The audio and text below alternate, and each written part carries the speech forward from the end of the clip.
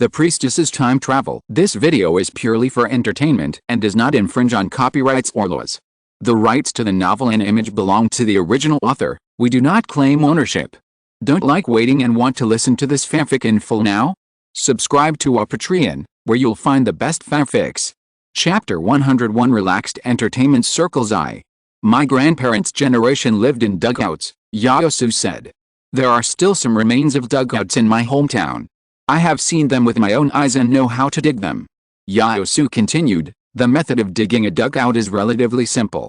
Dig a pit about 1 meter deep below the ground. It should be square in shape and about 2 or 3 meters in area. Build a low wall about half a meter high with adobe or bricks around it, put a few rafters on the top, and then build a raft made of branches, and then cover it with grass leaves and mud. We will only live on this island for 3 days, so there is no need to be too particular about the dugout. The low walls of adobe and bricks are not needed. At most, we can put a few longer branches and cover the top with grass leaves and mud. The male host had been trying to please Yaosu in both open and covert ways. When she finished speaking, he agreed and said, "This is a good idea. Let's dig a dugout." The female host's eyes flashed with a hint of sarcasm, and she said, "A dugout is good, but the problem is that we don't have the tools to build a shack or dig the soil. How can we build a dugout?" Yaosu smiled and said, "Building a shack requires cutting down trees. We don't have a knife, so there's naturally no way. But if we want to dig the soil, we can use some stones that are handy. The soil on the island is relatively soft, so it won't be hard to dig. Then dig a dugout." Zhang Zihu said, "I lived in a shack when I was acting, but I haven't lived in a dugout. It must be very interesting." Others also agreed. Yaosu took the male host, Zhang Zihu, Chang Yun, the female host, and Su Qingni, who was silently eating melons, to find stones that were handy, and then instructed everyone to start digging the soil. Tu Guanhei took over Yaosu's task to find dry branches for making fire. As he said, he had also read the information on survival in the wild, and the dry branches he found could be used. Meng Xiaoqing volunteered to drill wood to make fire. It's just like what Zhang Zihu said, this kid is the second Zhao Kuo. After watching the video, he thought he could make fire like the video, so he did it himself. When Tu Guanhei brought back a bunch of branches, Meng Xiaoqing hadn't made fire yet. Tu Guanhei stepped forward to help, but failed. Su Qingni turned around and looked at the two of them. Seeing that they were lying on the ground in a mess, she couldn't help laughing. She walked up and said to them, "Let me do it." Meng Xiaoqing stuffed the stick into Su Qingni's hand, and suddenly fell to the ground. He sighed and said, "Why is it so difficult to make fire by drilling wood? It looks so easy in the video." "It's easier said than done." Tu Guanhei also lay down, "Little Su, you try it first. If it doesn't work, I'll do it." Tu Guanhei didn't think Su Qingni was good, and didn't think he was better than himself and could make fire. Su Qingni smiled and rubbed the stick. The two saw that there were after images on the stick and Su Qingni's hand, and her mouth was so open that 2 eggs could be stuffed in. "It's on fire. It's on fire." Meng Xiaoqing shouted in surprise, and suddenly got up from the ground. Tu Guanhei opened his mouth even wider, feeling a little slapped in the face. Meng Xiaoqing quickly brought the dry leaves he had collected forward to make the sparks bigger, and then 1 pile of fire started burning, and then 2 piles of fire started burning. The 3 of them piled several pieces of dry firewood on the fire to ensure that the fire would not go out in a short time, and then went to Yaosu and others to dig a pit with them. There is strength in numbers. Several people are not hypocritical people. They did not slack off when doing things. After all, this program is live. If they make trouble, the audience on the other side of the screen will scold them. It took most of the day, and the 8 people finally dug a pit. According to Yaosu's instructions, everyone arranged the pit into a dugout. Everyone was so tired that they collapsed on the ground, but when they saw the results, several people showed happy smiles on their faces. This is their achievement. They made a result without the help of any modern tools. After lying for a long time, a gurgling sound was heard. Meng Xiaoqing said with a red face, "Well, I'm hungry." The female host laughed and said, "Don't be embarrassed, our stomachs are also hungry and will make noises." As if to prove her words, gurgling sounds rang out one after another, as if everyone was infected by Meng Xiaoqing. Meng Xiaoqing stood up, "Well, I'll go collect some wild fruits to fill everyone's stomachs." Zhang Zihu also stood up, "I'll go with you." After saying that, he turned to Su Qingni and asked, "Qingni, Do you want to come with us? Su Qingni nodded and stood up from the ground. Doing these things, with her trained body, was not very tiring, but she couldn't be too different, so she pretended to be as tired as everyone else. Yao Su, Chang Yun and the female host stood up one after another. Let's go too. Everyone went to look for food and divided into several groups. Su Qingni's group formed one group, Yao Su and the male host formed one group, and the female host and Tu Guanhei and Cheng Yun formed one group. The three groups chose three directions respectively. The information on survival in the wild includes survival on a deserted island. Therefore, Meng Xiaoqing recognized some edible fruits growing on this island and proudly instructed Zhang Zihu and Su Qingni to pick them. On the internet, a series of comments giving Meng Xiaoqing 66,666 all praised Meng Xiaoqing for his last-minute cramming. Zhang Zihu and Su Qingni had a good partner and were so happy to be carried by their partner. There were not many edible fruits on the island. The three of them picked them and only filled half of the cloth bag. The cloth bag was made from the outer clothes provided by Zhang Zihu. Tie the two sleeves into a knot, tie the hem and collar in the middle and lift them up, and it became a simple cloth bag. This operation received another string of 666, and this time it was Zhang Zihu who was praised. Su Qingni, who did nothing but follow the two friends, was ridiculed and said that he was indeed the most useless one in the group. After going solo, his career was not as good as the other two, and he was not as good as his friends in other things. Fortunately, Su Qingni's two TV series were just aired not long ago and are still quite popular. Her fans immediately began to defend Su Qingni. The show has just started, why are some people making such a fuss? Our little Su will have plenty of time to show her abilities in the future. Have those who ridiculed little Su lost their memory? Not long ago, our little Su succeeded in making fire by rubbing two sticks together. Isn't this an ability? You should know that neither Meng Xiaoqing nor Tu Guanhei succeeded. This argument ended just as it began, because Su Qingni began to show her abilities and slap the faces of those who mocked her. The three of them came across a few coconut trees with coconuts on them. Looking at the coconuts, Meng Xiaoqing and Zhang Zihu were drooling. Chapter 102 Relaxed Entertainment Circles I. Coconut juice can quench thirst, coconut meat can be eaten, and coconut shells are also useful. But the problem is that coconuts grow so high and so firmly that even if you shake the coconut tree hard, you can't shake the fruit down. How can they get these coconuts? Meng Xiaoqing looked at the tall coconut tree with an embarrassed look on his face. I can climb trees, but I have never climbed such a high height. I am afraid I can't get up. Zhang Zihu, me too. The two turned their heads together and looked at Su Qingni expectantly. Qin Yi, I heard you say that you were the king of children in the orphanage, and climbing walls and trees was no problem. Zhang Zihu, have you ever been afraid of such a high tree? Meng Xiaoqing asked expectantly. Su Qingni smiled and nodded to the two of them. I will climb up to pick coconuts, and you two will continue below. After that, he took a run up, then stepped on the trunk with his feet, and climbed to the top of the tree like a flexible monkey. That speed was simply amazing. Meng Xiaoqing and Zhang Zihu stretched out their right hands together and gave two thumbs up. The internet was full of 666. Haha, Xiao Su is awesome. Some people have been slapped in the face. Even more slapping and exciting scenes are still to come. After Su Qingni picked the coconuts from a tree, she did not get off the tree. She just kicked her feet on the trunk and jumped directly from one tree to another. Everyone was shocked by her action. The real-life Tarzan. Su Qingni proved to us with his own behavior that humans evolved from monkeys. Why don't you say this is Qinguang? Su Qingni jumped flexibly between the coconut trees. After picking all the fruits on the tree, Su Qingni jumped directly from the top of the tree 20 meters high. The two people under the tree and the audience in front of the live broadcast all exclaimed, thinking they would see a tragedy. Jumping from such a high place, both legs will be broken directly, right? If you are unlucky, you may even fall and become paralyzed. Is Su Qingni inflated? He thought he really knew Qinguang and would be fine if he jumped from a height of 20 meters? Then, Su Qingni told everyone that she really knew Qinguang. When she landed 10 meters from the ground, Su Qingni kicked out with her right foot and hit the trunk of the coconut tree, adding an extra resistance buffer for Su Qingni's landing. Then when she was 5 meters away from the ground, Su Qingni kicked out with her left foot and hit the trunk again, which slowed down the speed of her fall. When she landed 2 meters, Su Qingni kicked out with her right foot again. Finally, Su Qingni landed steadily on the ground. Fuck. This is Qingguang. This is Qingguang. The internet went crazy, and Meng Xiaoqing and Zhang Zihu also rushed up. The two hugged Su Qingni. Qin Yi, you just used Qingguang, right? Zhang Zihu asked excitedly. Haha, it's just that you have flexible hands and feet and good control of strength. Su Qingni smiled. As long as you master the trick, you can also achieve the goal of not getting hurt when falling from a high place.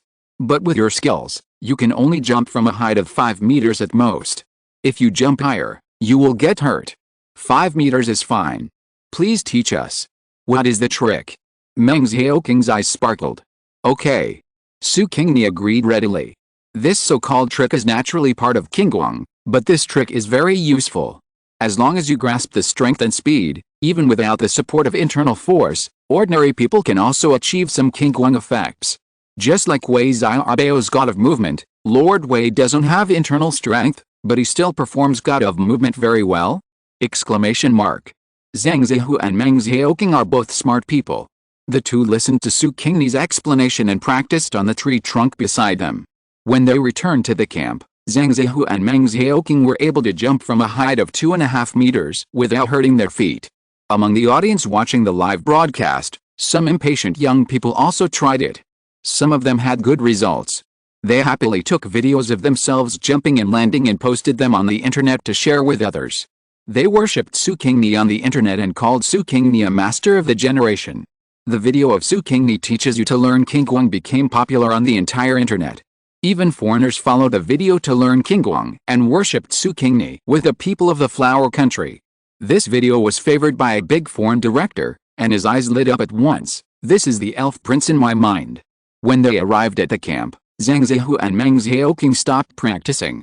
They put the wild fruits and coconuts they picked in the center of the circle where everyone was sitting, and laughed. This is our harvest, what about yours?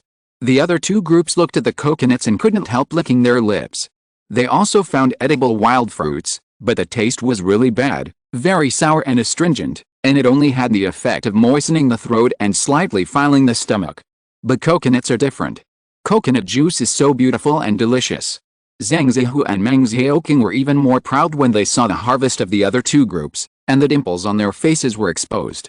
Su Qingni stretched out her finger and poked the waists of the two people, asking them to restrain their expressions, and said to the others, everyone is thirsty and hungry, let's eat a coconut first. I'll open the coconuts. Tu Guanhe said hurriedly. He held a sharp-cornered stone in his hand and waved it. I have experience. In order to prevent the coconut juice from flowing out, Tu Guanhe only opened a hole on the top of each coconut, so that everyone could drink all the coconut juice facing the hole, and then use the sharp corners of the stone to split the coconut in half and eat the coconut meat inside. After eating the coconut meat, everyone was finally not so hungry anymore. Yao Su held 2 halves of a coconut shell and said, peel off the outer skin, and the coconut shell inside can be used to boil water and food. The female host said, you can't drink seawater even if it's boiled. It's better to eat some wild fruits to quench your thirst. Yao Su smiled and said, instead of drinking seawater, we're lucky. There is fresh water on this island. Xiao Zhang and I found a small pond filled with fresh water. Cheng Yun happily said, that's great. There is fresh water and coconut shells for boiling water, so we don't have to worry about drinking water. The female host said, do we have to hold the coconut shells to fill water and boil it every time we want to drink water? The volume of these coconut shells is so small, how much water can they hold? And we have to run such a long way, aren't we tired? Everyone. This is indeed a problem that. Meng Xiaoqing raised his hand. I've seen a video that shows how to make a water container. Just weave a basket, and then put big leaves on it, and you can hold water. Yao Su and Tu Guanhe squinted at him and said, we have also watched the video and know the method. But the question is, can you weave a basket? Chapter 103 Relaxed Entertainment Circle 13. The question is, can you weave a basket? Meng Xiaoqing was dumbfounded. Meng Xiaoqing turned to look at Su Qingni and asked for help. Qingni, can you weave a basket? Su Qingni nodded, yes. Good brother. Meng Xiaoqing rushed over, grabbed Su Qingni's hands and said, the task of weaving a basket is left to you. The others looked at Su Qingni in surprise. The female host asked, Xiao Su, you can actually weave a basket. Su Qingni smiled and replied, well, I learned it from someone when I was a child. Everyone remembered that Su Qingni was an orphan, and they were afraid of triggering her bad memories, so they stopped asking. Only the task of weaving a basket was given to Su Qingni. Everyone rested for a while. Except for Su Qingni, who weaved a basket, the others continued to dig the cave. With the experience of digging the first cave, the second cave took much less time. On this side, Su Qingni wove 2 small baskets with a diameter of 1 foot, and carefully laid large leaves inside. These leaves were as big as banana leaves. 1 leaf could cover most of the basket. Put a few more leaves to cover the gaps in the baskets tightly. Su Qingni found a longer branch to use as a shoulder pole, and carried 2 baskets to carry the fresh water back. Although the gaps between the leaves would seep a little, not much water would flow out. A basket full of water would be quietly placed on the ground without moving it, and the water in the basket would not flow out for at least 10 hours. After boiling 8 portions of water with coconut shells, Su Qingni went to the beach to look for food. She found some shellfish and crabs and boiled them with another 8.5 coconut shells, and then went to call everyone to eat. Walking over, Su Qingni found that everyone had just dug the second dugout and were laying dead branches and leaves. Su Qingni stepped forward to help, and soon the second dugout was ready. Everyone happily returned to the fire, looking at the boiled water and cooked seafood. Everyone praised Su Qingni, and then picked up a bowl made of coconut shells and ate the seafood without caring about their image. It was rare for the audience to see the stars who paid attention to their image eating so well, and they felt interesting and sympathetic to them and admired them very much. Under such difficult conditions, without tools, these stars were self-reliant and not afraid of hard work. This spirit is worthy of everyone's learning and praise. Therefore, although the broadcast of the program ruined the image of several people, there were more audiences who liked them. Fans felt that such idols were real and hard-working. Those stars who saw the number of fans of the 8 people soaring regretted it a little. If they also participated in this program, they would be able to gain both fame and fortune. However, all the stars who had such ideas were beaten back by their agents. Can you be as hard-working as those 8 people? If you are asked to dig a hole in the ground, can you really dig it? I'm afraid you can't dig a hole in the ground in 10 days. After dinner, everyone packed up and went back to the cave to rest. There was a dugout for each man and woman. The dugout was not big, so several people could only lie together, but this way they could keep each other warm and avoid catching a cold. You have to know that the temperature on the island at night is still quite cold. Although everyone laid several layers of leaves on the dugout to block the wind, there were still 1 or 2 strands of cool wind blowing into the dugout, making everyone feel cold. Su Qingni didn't like to be crowded with people, so she stayed outside in the name of keeping watch. A night passed very peacefully. The next day, everyone divided into groups to explore the island and look for food. Su Qingni found softer vines, wove a few nets, took 2 friends to the beach, and caught a lot of sea fish. On this day, everyone ate grilled fish and drank fish soup all day. On the 3rd day, everyone went their separate ways again. Su Qingni walked behind the 2 friends, and suddenly her nose moved and her step stopped. "Qingni, why don't you leave?" Zhang Zihu found that one of the friends didn't catch up, and turned back to ask the friend. Su Qingni looked at the 2 people. "I smell blood." "Really?" The 2 friends also twitched their noses, but their 5 senses were not as good as Su Qingni's, so they could not smell the smell brought by the wind. "No, did you smell it wrong?" Meng Xiaoqing said, "You must have not slept well these 2 nights, and you are a little nervous, right? Wait until you get back to the boat tonight, and have a good sleep." Su Qingni frowned. The bloody smell gave her a bad premonition. Zhang Zihu saw that Su Qingni's expression was not good, and comforted her. "Maybe it's the bloody smell of animals on the island hunting and fighting and injuring each other. Don't worry. Each of us has a camera and a help device. If anyone is in danger, they will ask for help on the boat." Although Su Qingni nodded, she felt that the help device and the camera were not particularly reliable. If someone was calculating, even if they had these 2 things, they would not be of much use. She could distinguish clearly that the smell was the smell of human blood. With doubts, Su Qingni followed the 2 friends for a long circle and then returned to the camp. The other 2 groups have returned, but the hostess group only included her and Cheng Yun, while Tu Guanhe did not return. "Where is brother Tu? Why didn't he come back with you?" Meng Xiaoqing asked Cheng Yun in confusion. Cheng Yun blushed slightly and said, "We separated halfway.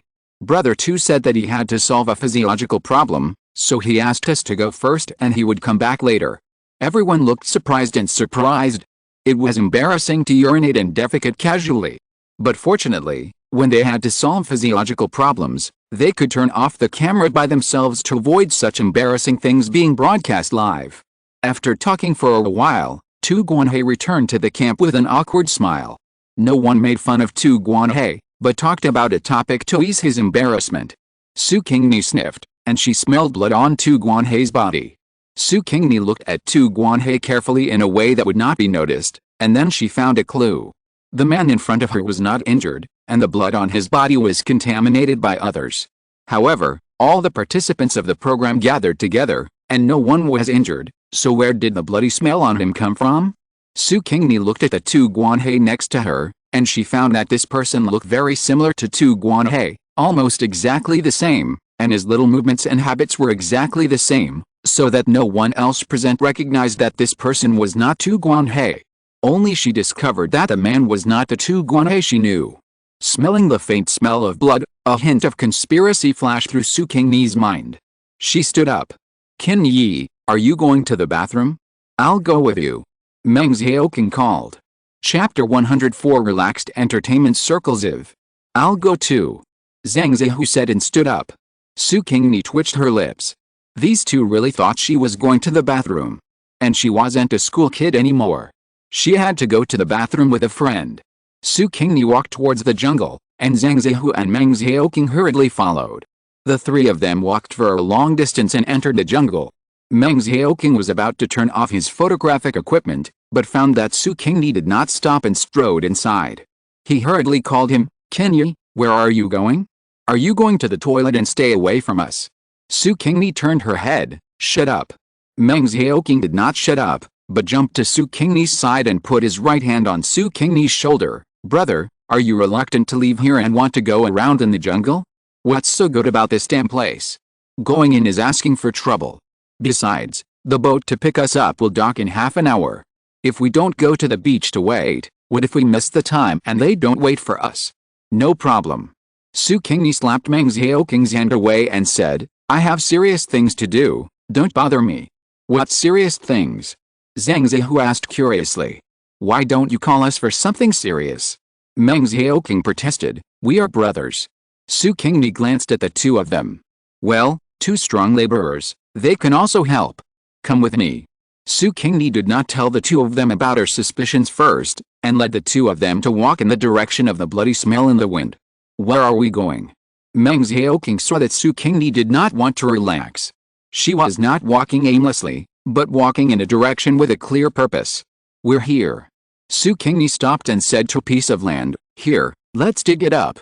Meng Xiaoqing and Zhang Zihu looked at the place Su Qingni pointed to, and saw that the place was obviously different from the place next to it. "It looks like it has been dug up and filled up," Zhang Zihu judged. Su Qingni nodded, found 3 stones that were more convenient to use, gave one to each of the other 2, and said, "Hurry up and dig this place." "What secrets are there that made you run away to dig?" Meng Xiaoqing asked doubtfully while digging.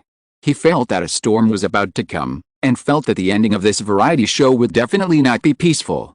Su Qingni did not hide it from her 2 friends anymore, and told them her guess, "My nose is more sensitive." Zhang Zihu interrupted, "Before, you suddenly said that you smelled blood." Su Qingni nodded. "Later, I also smelled blood on Tu Guanhei, but I observed that he was not injured, and none of the 8 of us were injured. So where do you think the bloody smell came from?" Meng Xiaoqing and Zhang Zihu's faces changed. Both of them were smart people. It couldn't be the bloody smell of other animals. If Tu Guanhei really hurt some animals, he would definitely show off to everyone. The program team confirmed that there were no national protected animals on this isolated island. They don't have to worry about being invited to tea by the police for harming animals. The 2 men sped up their movements, and soon they dug out a naked corpse. Meng Xiaoqing and Zhang Zihu were so scared that they dropped the stones in their hands and jumped back 3 times. The audience in front of the screen also exclaimed, and many viewers who were eating snacks dropped their snacks in fear. Before listening to Su Qingni's analysis, they didn't take it seriously, thinking that it was the arrangement of the program team, and arranged an Easter egg at the end of the whole program. But when they saw that the 3 big boys really dug out the body, everyone was shocked. "Call the police and beat Yao Yaoling quickly." "No, no way. That body is fake, right? It must be fake. There are so many extras playing corpses at the entrance of the film and television city. Give them 50 yuan and they can play the corpse. Stop arguing, look at Su Qingni. He is so brave that he actually went forward to touch the corpse. Immediately, all the barrages disappeared, and the audience all held their breath and watched Su Qingni's hand reach out to the corpse in the pit. The body was on its back. Su Qingni twisted the shoulders of the body and turned it over with force. The face of the body was facing up, and was captured by Su Qingni's camera equipment and played in the live video. Meng Xiaoqing and Zhang Zihu were scared to death, and the audience in front of the screen were also scared to death. The face of the body was clearly reflected in their eyes. It was a face that made them very familiar. Meng Xiaoqing and Zhang Zihu had talked to another person with this face before. And the audience screens could also see in another live video screen that a man with the same face was chatting and laughing with his companions. Not only them, but also the people in the program team on the boat were scared. They were very sure that their program did not arrange Easter eggs, so the body was real, not a disguise. Hurry, drive the boat to the island quickly. The director hurriedly ordered, Xiao Li, call the police quickly. Director, should the live broadcast be closed? The assistant director asked the director for his opinion. The director closed his eyes for a while, then opened them and said, no, it won't be closed. This matter has become a big deal. If it is closed, it will be difficult to explain to the audience. So we will keep the live broadcast open and broadcast the whole incident. The assistant director was worried, but the police. The director, I will contact the investor and ask him to negotiate with the police. On this side, Su Qingni had already squatted down and started to do the work of a forensic doctor. There is still residual heat on the body, and the death occurred less than an hour ago. Su Qingni's serious expression was very similar to a forensic role that Su Qingni had played before, and the friends and the audience were all embarrassed. Buddy, you have played a forensic doctor before, but you are not a real forensic doctor. Su Qingni still spoke of her judgment very professionally. The deceased had an injury on the back of his head, which was probably caused by a stone. However, the deceased did not die from a serious head injury, but from suffocation. The deceased's pupils were dilated, and he was probably given drugs that caused drowsiness and coma. Meng Xiaoqing swallowed and said, well, Qingni, is what you said true or false? Can you really find out the cause of death of the deceased? Su Qingni nodded, remember that I played a forensic role? In order to research this role, I read many professional books related to forensics. The old forensic doctor in front of the screen praised, this young man is good, his professional knowledge is more solid than that of professionals. Chapter 105 Relaxed Entertainment Circle 15.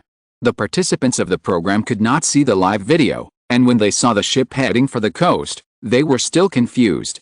Why is it half an hour early? The male host looked at the watch on his wrist and wondered.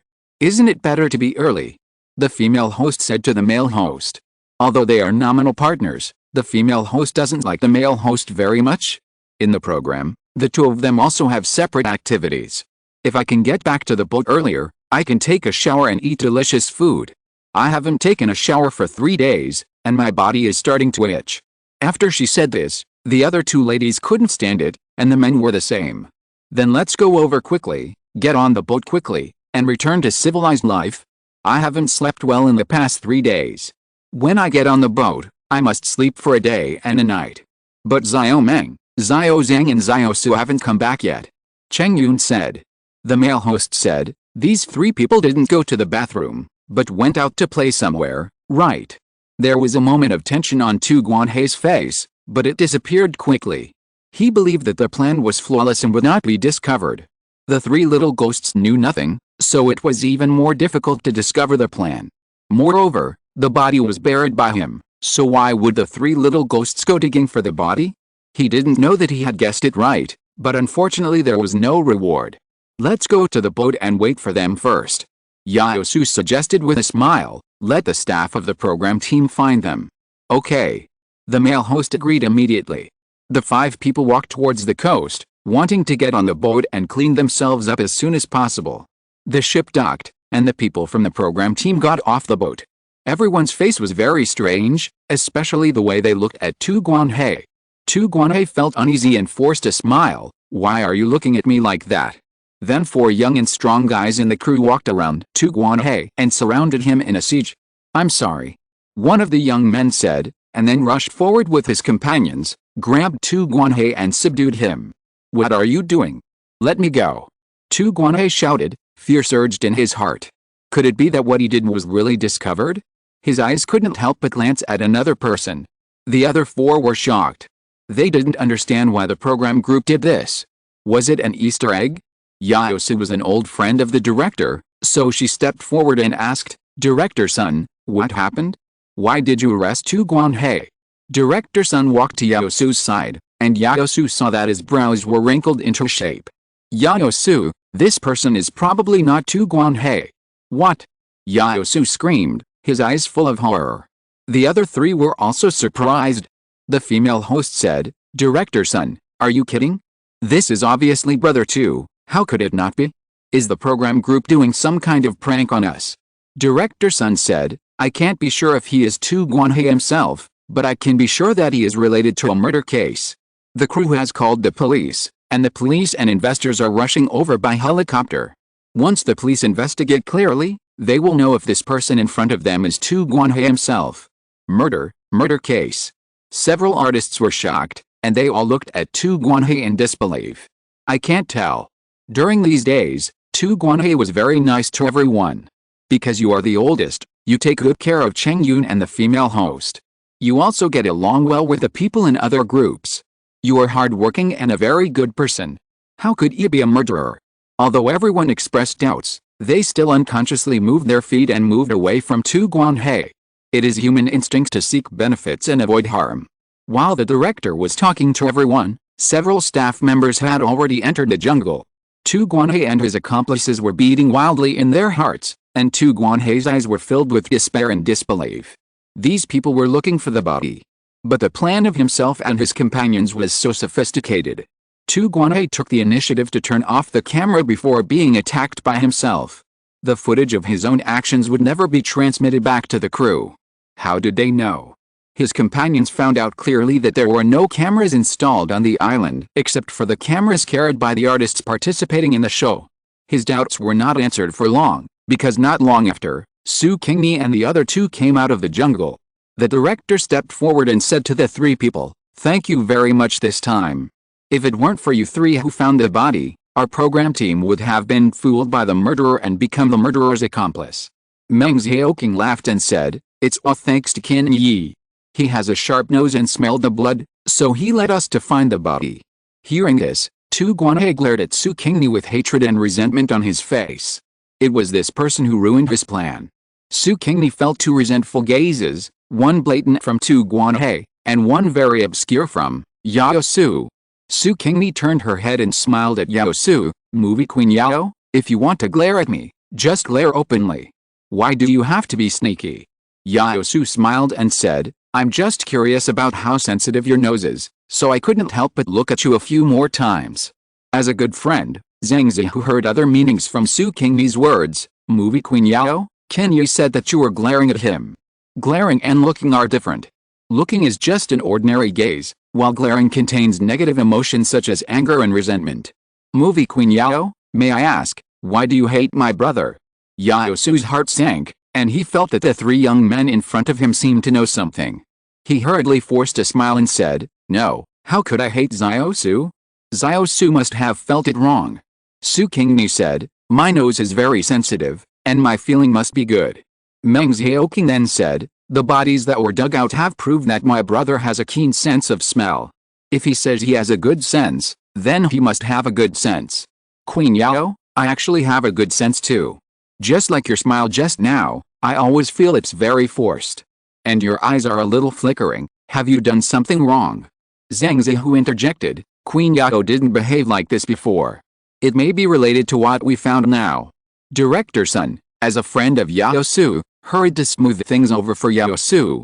Moreover, he knew that Yaosu had a close relationship with the investor of the program group. Xiao Zhang, Xiao Meng, Xiao Su. Yaosu was frightened by what happened suddenly and behaved a little badly. Don't bother with Yaosu. Chapter 106 Relaxed Entertainment Circle 16. Su Qingni interrupted Director Sun. "Director Sun, The body was drugged before death, otherwise it would not have been so easily seriously injured and killed without resistance. Su Qingni said, the deceased had been with the 7 of us before, and the person who drugged him was among us. Cheng Yun and the female and male hosts were all shocked, and hurriedly said in unison, it's not me. Su Qingni glanced at them and said, it's not you. Yao Su's face was very ugly, with panic in her eyes, and she questioned in a stern manner, you suspect me? What makes you suspect me? Su Qingni stared at Yao Su and said, you boiled the water this morning. Each of us has our own coconut shell with a mark on it. Yao Su said, it may also be that someone else drugged it when I wasn't paying attention. You can't accuse me. Su Qingni, this morning, Meng Xiaoqing and Zhang Zihu and I went to the beach to catch the early tide. Sister Cheng Yun and the others also went. Tu Guanhe and the male host went to the woods to pick up dry branches for firewood. The 7 of us didn't have the opportunity to get close to the coconut shells for boiling water. We only took our own coconut shells for breakfast. That doesn't prove anything. Yao Su said stubbornly. Su Qingni said, you are familiar with a man pretending to be Tu Guanhe, right? How could that be? Yao Su's voice was loud, but she was weak. At least Zhang Zihu and Meng Xiaoqing, who had already identified her as an accomplice, thought she was weak. Su Qingni said calmly, don't peek at that fake Tu Guanhe when you say this, and I will believe you. He continued, it doesn't matter if you don't admit it. Anyway, as long as you have done something, it will leave traces. When the time comes, tell the police about it and the police will naturally find out. You framed me. Yao Su looked extremely angry. You are jealous that my status in the entertainment industry is higher than yours and I am more popular than you, so you framed me. Zhang Zihu laughed, although you are a movie queen, when it comes to popularity, the popularity of the 3 of us combined is higher than yours. Meng Xiaoqing and he laughed, my eldest brother is the president of Zhaoquan Entertainment. I asked him to take care of Qin Yi, and Qin Yi's status immediately soared higher than yours. Su Qingni imitated her friends and laughed, it's useless to say more, wait for the police to come. Director Sun looked at Su Qingni and the other 2, then at Yao Su, walked aside, took out his mobile phone and called the investor. There was silence on the other end of the phone, and after a moment, the investor's voice came out, leave it to the police. He gave up on Yao Su. That's right, Yao Su is just a star supported by investors, and can be easily abandoned. Director Sun sighed, knowing that he could not help his friend Yao Su. In front of the screen, the audience was discussing whether Yao Su was an accomplice. Most of them believed Su Qingni's words and believed that Yao Su was an accomplice. After all, Su Qingni performed too well.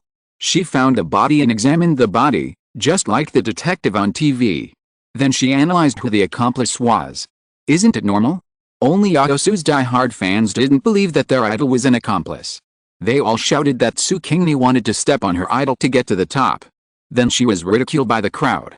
The police came quickly. Although it takes more than a day to take a boat, the police dispatched a helicopter, and they arrived more than an hour later. The forensic doctor identified the body, and the results were exactly the same as what Su Qingni said before. After this shot was played, the audience in front of the screen excitedly gave Su Qingni 666, and all knelt down to worship Su Qingni. Su Qingni told her speculation to the police. The police thought this speculation was reasonable, and regarded Yao Su as a suspect, taking her away with a fake Tu Guanhe. Su Qingni boarded the ship under the reverent eyes of the program staff, entered her own exclusive cabin, took a shower and went to sleep. It was still the most comfortable to return to civilized society. The police were very efficient, which was also the reason why this case was so sensational and attracted so much attention. The whole process was live broadcast before, and the audience saw the body, the murderer, and a certain actress who was suspected of being an accomplice. Involving public figures, the police had to solve the case quickly and give the public an explanation. When the ship docked at the port, Su Qingni and Meng Xiaoqing and others were picked up by their respective agents. The police had already investigated the truth and made it public. Su Qingni said goodbye to Meng Xiaoqing and Zhang Zihu and got on the car driven by Dang Xiangyu. After learning from Dang Xiangyu that the details of the case had been announced, Su Qingni immediately turned on her mobile phone and entered the official website of the police. It turns out that the Tu Guanhe behind is the real Tu Guanhe's stuntman, named Yu Jianggu, who looks 60% like Tu Guanhe. However, his luck is not as good as Tu Guanhe's. Tu Guanhe has become an international kung fu star, while he can only be a stuntman. Yu Jianguo was very unwilling and was extremely jealous of Tu Guanhei. This jealousy caused his mind to be twisted, and he wanted to take away all the fame and fortune that belonged to Tu Guanhei. However, he knew that with his ability, he would definitely not be able to compete with Tu Guanhei in a fair way, so he thought about taking a crooked path and had bad thoughts. 3 years ago, Yu Jianguo took the opportunity to be Tu Guanhei's stuntman to secretly observe Tu Guanhei and learn his speech and actions. He recorded Tu Guanhei's daily videos, played them repeatedly when he was alone, and learned from the videos. This hard work made his behavior and language become not much different from Tu Guanhei. If he applied this hard work to other places, how could he not succeed?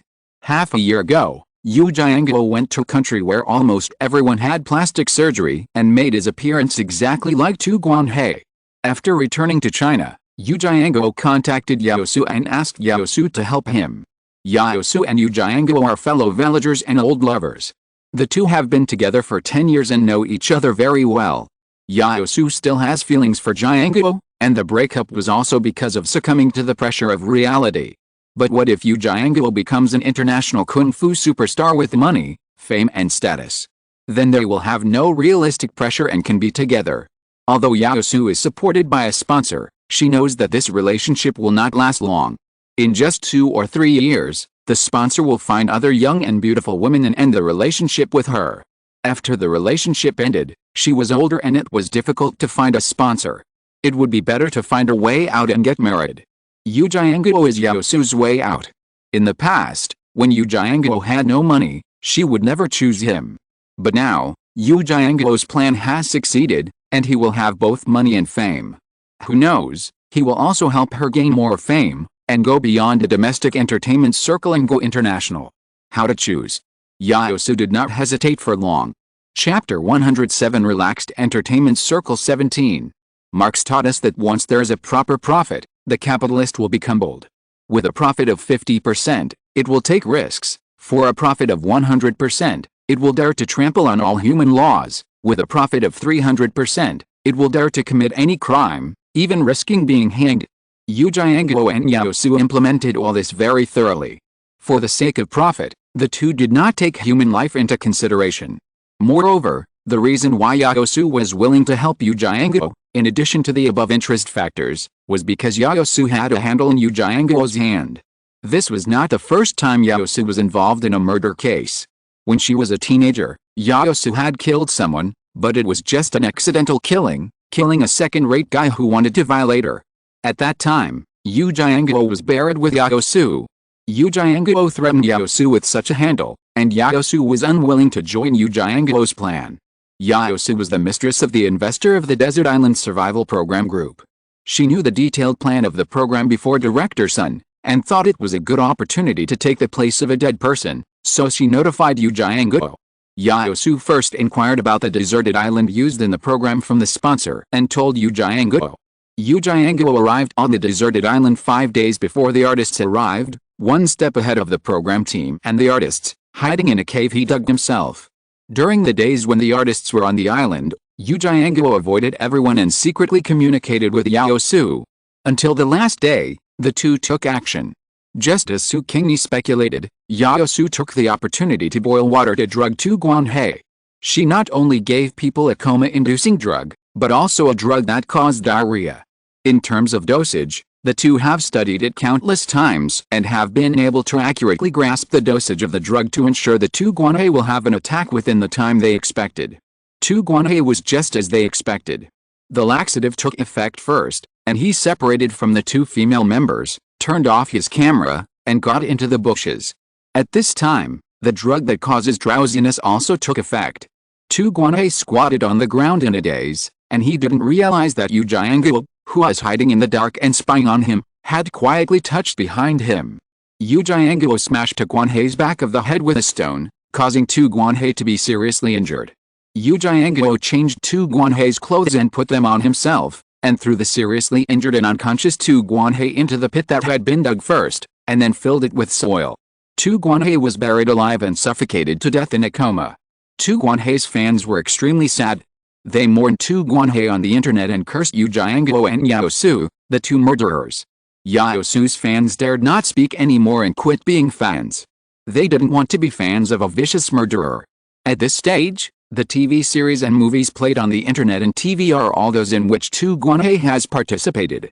Those companies that own the copyright have made a lot of money. 7 days later, Tu Guanhai's memorial service was held. Many people in the entertainment industry went to the memorial service, and Su Qingni also went. He was not familiar with Tu Guanhai, so he just lit a stick of incense and left. Sitting in the car driven by Dang Xiangyu, Su Qingni let out a sigh of relief. How many people who came to the memorial service were sincere? They all wanted to use Tu Guanhai to get out of the limelight, which was too fake. Su Qingni didn't want to see this scene again. Dang Xiangyu comforted him, "Look at it more positively, this is how the entertainment industry is." Su Qingni snorted. Dang Xiangyu said, "There hasn't been any work recently. Do you want to travel abroad for a while to relax?" Su Qingni, "Why don't you have a job? Didn't several crews come to you before?" Dang Xiangyu sighed, "All gone. You offended the investor of Land Survival, and this person is unhappy with you. He told some people in the circle that he would teach you a lesson. So all the jobs that were originally offered to you have fallen through. Tisk, I just exposed the true identity of the mistress who cheated on him, and this person not only doesn't thank me but also teaches me a lesson. Is there something wrong with his brain?" Su Qingni sneered disdainfully. Dang Xiangyu, "He thinks you don't give him face." "Psycho." Su Qingni said, "Does this guy really think he can cover the sky with one hand?" Dang Xiangyu said, "This guy opened an entertainment company by himself, and his elders in the family work in the general administration. In terms of power, he is stronger than Meng Xiaoking's eldest brother. What he says is not just talk, many bigwigs in the circle have to buy his account. Qin Yi, although you have money and can invest in filming movies and TV shows yourself, if you can't distribute them, it's useless to shoot them, and the money will be wasted. You might as well stay away from that person for a while, wait until he is angry and doesn't remember you, then you can come back and start over." Su Qingni was very unhappy. She hated this kind of people who relied on power to suppress innocent people. Moreover, she was soft and not hard. "I will handle this matter, and you don't need to go abroad." Before she finished speaking, Dang Xiangyu's cell phone rang. Su Qingni closed her mouth and motioned Dang Xiangyu to answer the phone first. Dang Xiangyu answered the phone and his expression suddenly became dazed. Su Qingni hurriedly reminded him, "Hey, you are still driving, don't be absent-minded." Dang Xiangyu calmed down and excitedly said to Su Qingni in the rearview mirror, "This time you have to go abroad even if you don't want to." Su Qingni. Dang Xiangyu was extremely excited. "Do you know who called me just now?" "It was Director Stephen.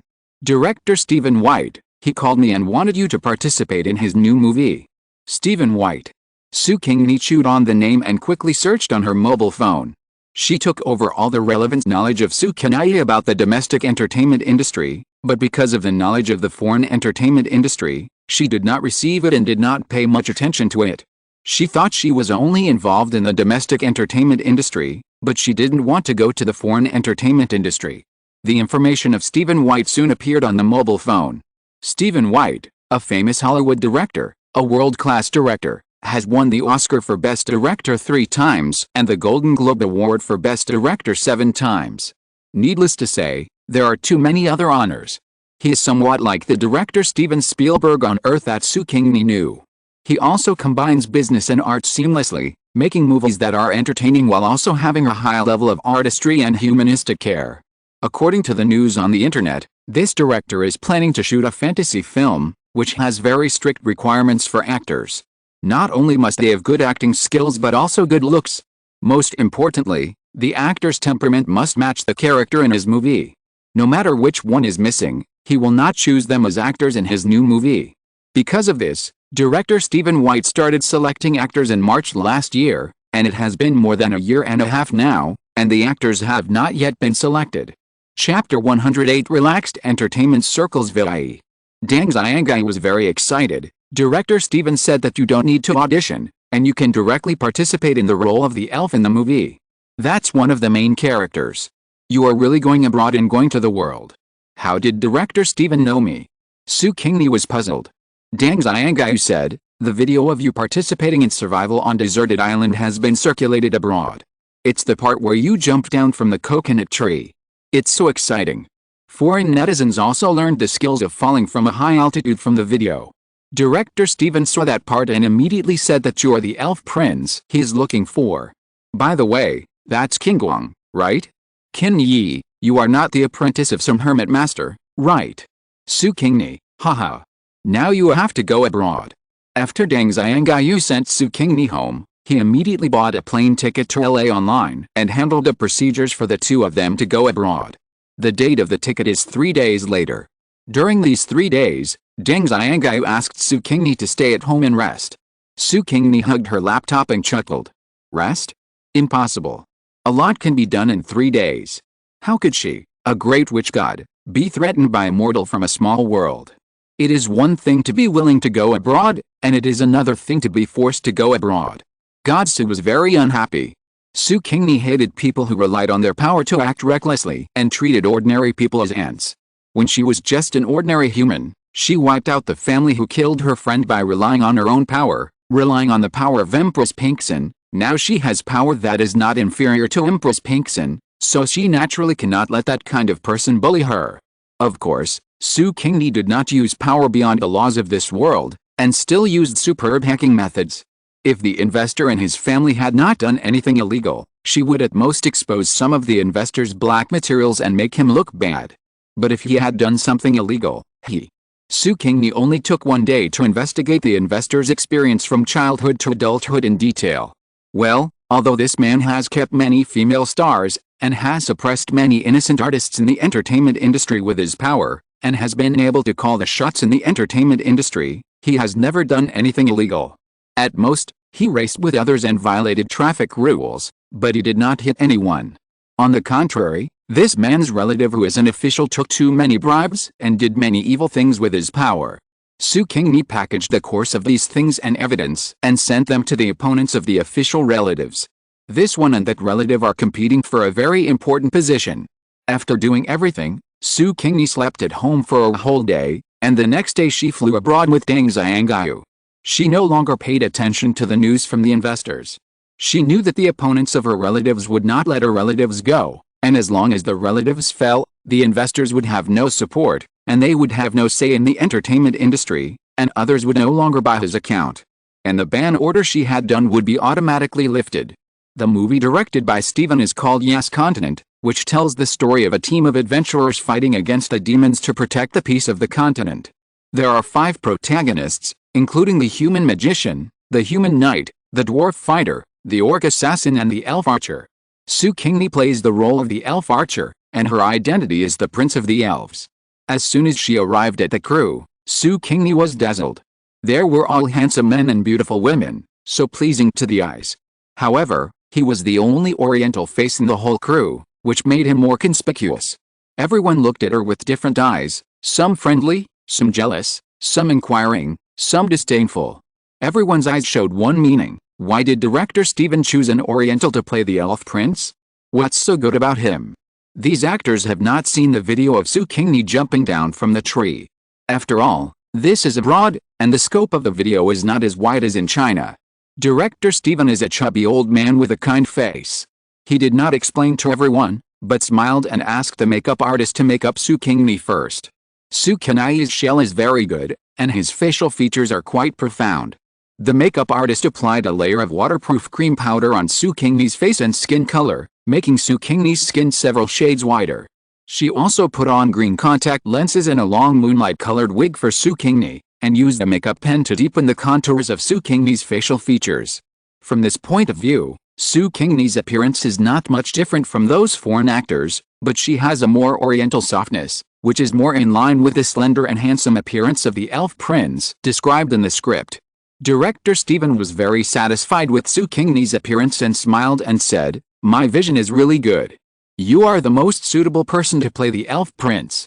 Director Steven announced the start of filming, and the first scene was actually a scene of the elf prince exploring the jungle. "How is it? Are you confident?" Director Steven asked Su Qingni. Su Qingni smiled and nodded, saying, "I don't need wires, it will hinder my actions." "Really? What if my feet slip?" "Wires are a layer of protection," Director Steven said. Su Qingni said, "I have confidence in my skills." Didn't you choose me because of my skills? If I use the wire, it will not only affect my movements, but also make my movements in front of the camera unnatural. Then don't use it. Director Steven made the decision. He also had confidence in Su Qingni. She could jump down from a height of 20 meters without any problems. She would definitely have no problem jumping and shuttling between branches that were less than 10 meters high. Seeing that Su Qingni refused the wire, everyone looked at Su Qingni with a look of this person is not going to commit suicide. Why did Director Steven find a lunatic to play the elf prince? An actress muttered, although this oriental guy is really good looking and his appearance is very suitable for the elf prince, but just because he is a lunatic, Director Steven asked him to come. Isn't it causing trouble for the crew? It shouldn't be. Director Steven must have a reason to ask him to come. Director Steven can be unreliable sometimes. As everyone was whispering, the filming had already begun. Su Qingni rushed forward and jumped up 2 meters high with one leap. Of course, this was the result of her being able to suppress the enemy. She kicked the tree trunk with her left foot, then jumped up 2 meters high again, then with her right foot, and finally landed on a branch more than 5 meters high. Su Qingni kicked the branch with both feet and jumped to the branch of another tree next to her. In this way, she kept shuttling between the branches, from near to far, from far to near. If you're listening to this novel on a channel other than Fanfic World, it means they downloaded and uploaded it without effort. We cordially invite you to visit our channel, Mundo Fanfic Novelis. There you'll find the original version of this story and you can explore many other novels of various genres. We're waiting for you to immerse yourself in a world of incredible novels. Chapter 109 Relaxed Entertainment Circle 19. The camera followed Su Qingni's figure, faithfully recording her movements. All the crew members who saw this were dumbfounded. Oh my god, Tarzan. No, he is more flexible than Tarzan, like a monkey. No, his movements are much more graceful than monkeys. This is an elf. Only elves can have such flexible and graceful movements. Yes, elves. Elves are the darlings of the jungle, they belong to the jungle. No wonder Director Steven asked this boy to play the elf prince. This boy is the real elf prince. He is so amazing. Director Steven received these discussions and was very proud. He used facts to prove that he would not choose the wrong person. Because of the performance in the first scene, the crew's attitude towards Su Qingni took a 180-degree turn. Everyone saw Su Qingni's prospects. After the movie was broadcast, the elf prince played by Su Qingni would definitely be very popular and attract countless fans. This person would be famous in most of the world. If you don't make friends with him now, when will you? Su Qingni accepted the kindness of the crowd with a smile. Although these people had some thoughts, it was not a big deal. They just wanted to make a good relationship with him, but they would not make close friends with him. Su Qingni had a very happy time abroad, and occasionally had video chats with 2 friends in China. The 2 friends heard that she went abroad to shoot a movie directed by a big director, and they were full of envy and jealousy. However, because she left in time, Director Steven did not allow reporters to go to the crew to disturb everyone's work after the filming began, so the news of Su Qingni's participation in Yas continent was not spread back to China. Except for the 2 friends in China, no one else knew that Su Qingni participated in the movie directed by an international director. The 2 friends were people who knew the limits and did not announce the news. From the 2 friends, Su Qingni learned about the current situation of the investor. The investor's relatives were double-regulated, and without a backer, the investor restrained himself a lot. But he had offended many people in the circle over the years, and Meng Xiaoqing's eldest brother was one of them. These people united to attack the investor's company and bid off a lot of meat from the investor's company. The investor's entertainment company has been reduced from one of the largest entertainment companies in the circle to a second-rate entertainment company. Hearing this, Su Qingni felt happy. The investor learned a lesson this time, and hoped that he would remember the lesson in the future and be more low-key and humble. When Su Qingni returned to China, a lot of jobs came to her. Many of them had been in contact with Deng Xiangao, but backed off after hearing the investor's words. Su Qingni understands them, but doesn't want to work with them again. She has money and doesn't care about making money by shooting advertisements, being a spokesperson, and performing commercials. She has money and can invest in the crew to shoot a movie. She has money. Thanks to Su Qingni's biological mother, this biological mother left a lot of money. Su Qingni chose a movie crew very willfully. This movie crew is the same as the crew of Hello, Taoist Priest. The script is very exciting, but there is not much funding. The actors are all newcomers and people from the 7th or 8th line. They did not send an invitation to Su Qingni. It was Su Qingni who found this crew when she was looking for resources herself. When the director of this crew received a call from Deng Xiangyu and heard that Su Qingni was going to join their crew, he thought he had received a call from a scammer and blocked Deng Xiangyu's phone number directly. It was not until Su Qingni and Deng Xiangyu personally went to the director's house that he realized that he had not met a scammer, but that there was really a big star willing to star in his movie. What made him even more excited was that this big star also invested in his movie, so that he no longer had to worry about running out of funds halfway through filming and being unable to continue filming. The director felt that it was a pie in the sky, a very delicious pie. There was more than one delicious pie. Su Qingni found that the characters in the script were very distinctive, and 2 of them were very similar to Meng Xiaoqing and Zhang Zihu. She sent the script to 2 friends without saying an invitation, and then the friends all came over. Like her, she did not receive a salary, but invested in the crew and got dividends when the time came. The director looked at the 3 huge amounts of money and was so excited that his whole body was shaking. Meng Zhao patted the director's shoulder and said, "Shoot well, make this movie well. I will ask my brother to send this movie to foreign film festivals to compete." The director nodded vigorously, and his ambition rose in his heart. The filming of this movie was very slow. The director and 3 important investors all demanded excellence, so the filming was very detailed and procrastinated. Because he had money, the director did not recruit newcomers, and the actors he recruited were all very good actors.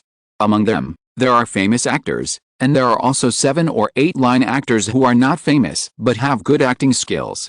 These actors with good acting skills have one thing in common: they love acting, and they can calm down and play a role better than those traffic stars who only care about interests and fame. Therefore, although the crew dragged on for a long time, no one complained.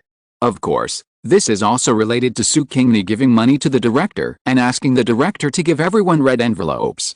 Well, even if you calm down, you still need money. After all, life needs it. When the filming of this movie came to an end, Yes Continent was released. Hollywood attaches great importance to the Chinese market. Nowadays, many movies released will choose to enter the Chinese market and be released worldwide on the same day. In the previous publicity, Steven, the funny old man, did not reveal who played the elf prince. In the promotional video, everyone could only see the elegant and flexible back of the elf prince, but not the front. Everyone speculated who played the elf prince, and many speculated that it was a few young actors who have been popular in Hollywood in recent years. Now that the movie is released, the front of the elf prince has appeared in the public eye. Foreign audiences are still calm. They don't know Su Qingni. They just think that the actor who plays the elf prince is very good and fits the character of the elf prince very well. Not only does he look good, but he is also so flexible. Domestic audiences exploded. Fuck. Why does the actor who plays the elf prince look so familiar? Well, am I dazzled? Why do I feel that the elf prince looks so much like Su Qingni? It's not similar, it's Su Qingni. Fuck. Fuck. When did Su Qingni enter Hollywood? And he always plays the leading role. No wonder there's no news about Su Qingni for a while. It turns out he went abroad. I thought he was really banned. Upstairs, do you know some inside information? Tell me now. Chapter 110 Ancient Bastard Part 1. With the popularity of Yes Continent, Su Qingni became one of the most popular actors in the world and an international superstar, with a higher status than the 2 friends. Later, the new movie starring the 3 friends was released with the popularity of Yes Continent. The 3 friends appeared in the same movie together, which was a gimmick. Coupled with Su Qingni's current popularity, many people went to see the new movie. The new movie did not disappoint everyone. The wonderful plot made everyone unable to stop watching and became the 2nd place in the box office that year. As for the 1st place, of course it was Yes Continent. Meng Xiaoqing did what he said and asked his eldest brother to send the new movie to Venice to participate in the competition. Brother Meng had seen the new movie and was very confident in the new movie. He sent the company's public relations team to help the new movie with public relations. In the end, the new movie won the jury award, Zhang Zihu won the Best Supporting Actor award, and Su Qingni was named the Best Actor. Su Qingni had a lot of fun in this world. But she still remembered her responsibilities. She found the extremely yin place in this world and buried the netherstone in the extremely yin place. When the netherworld was connected to this world, Su Qingni left this world. The movie star Su Qingni died young, at the age of just 40, but he left many wonderful films and classic roles to his fans. Su Qingni found a fragment of the ancestor witch in this world, which was found from Su Qingni's soul when she first came to this world. Because of this, Su Qingni treated Su Qingni's soul so well and gave him a lot of benefits and blessings. Su Qingni rested in the witch world for a while, and then went to the earth to learn about the new technology of the earth for a while, and then started the journey of crossing again. I am the dividing line of crossing. After a trace of Su Qingni's soul entered the body of this world, she found that the original body was poisoned to death, and the toxins were still in the body. She quickly practiced her internal skills, and began to force out the poison after practicing a trace of internal strength. This world also does not allow storage bags to enter, otherwise she would have packed a detoxification pill and would not have to detoxify so hard. After one night, Su Qingni finally forced out the toxins in her body. The snow-white undergarment on her body was stained black by the black poison forced out of her pores.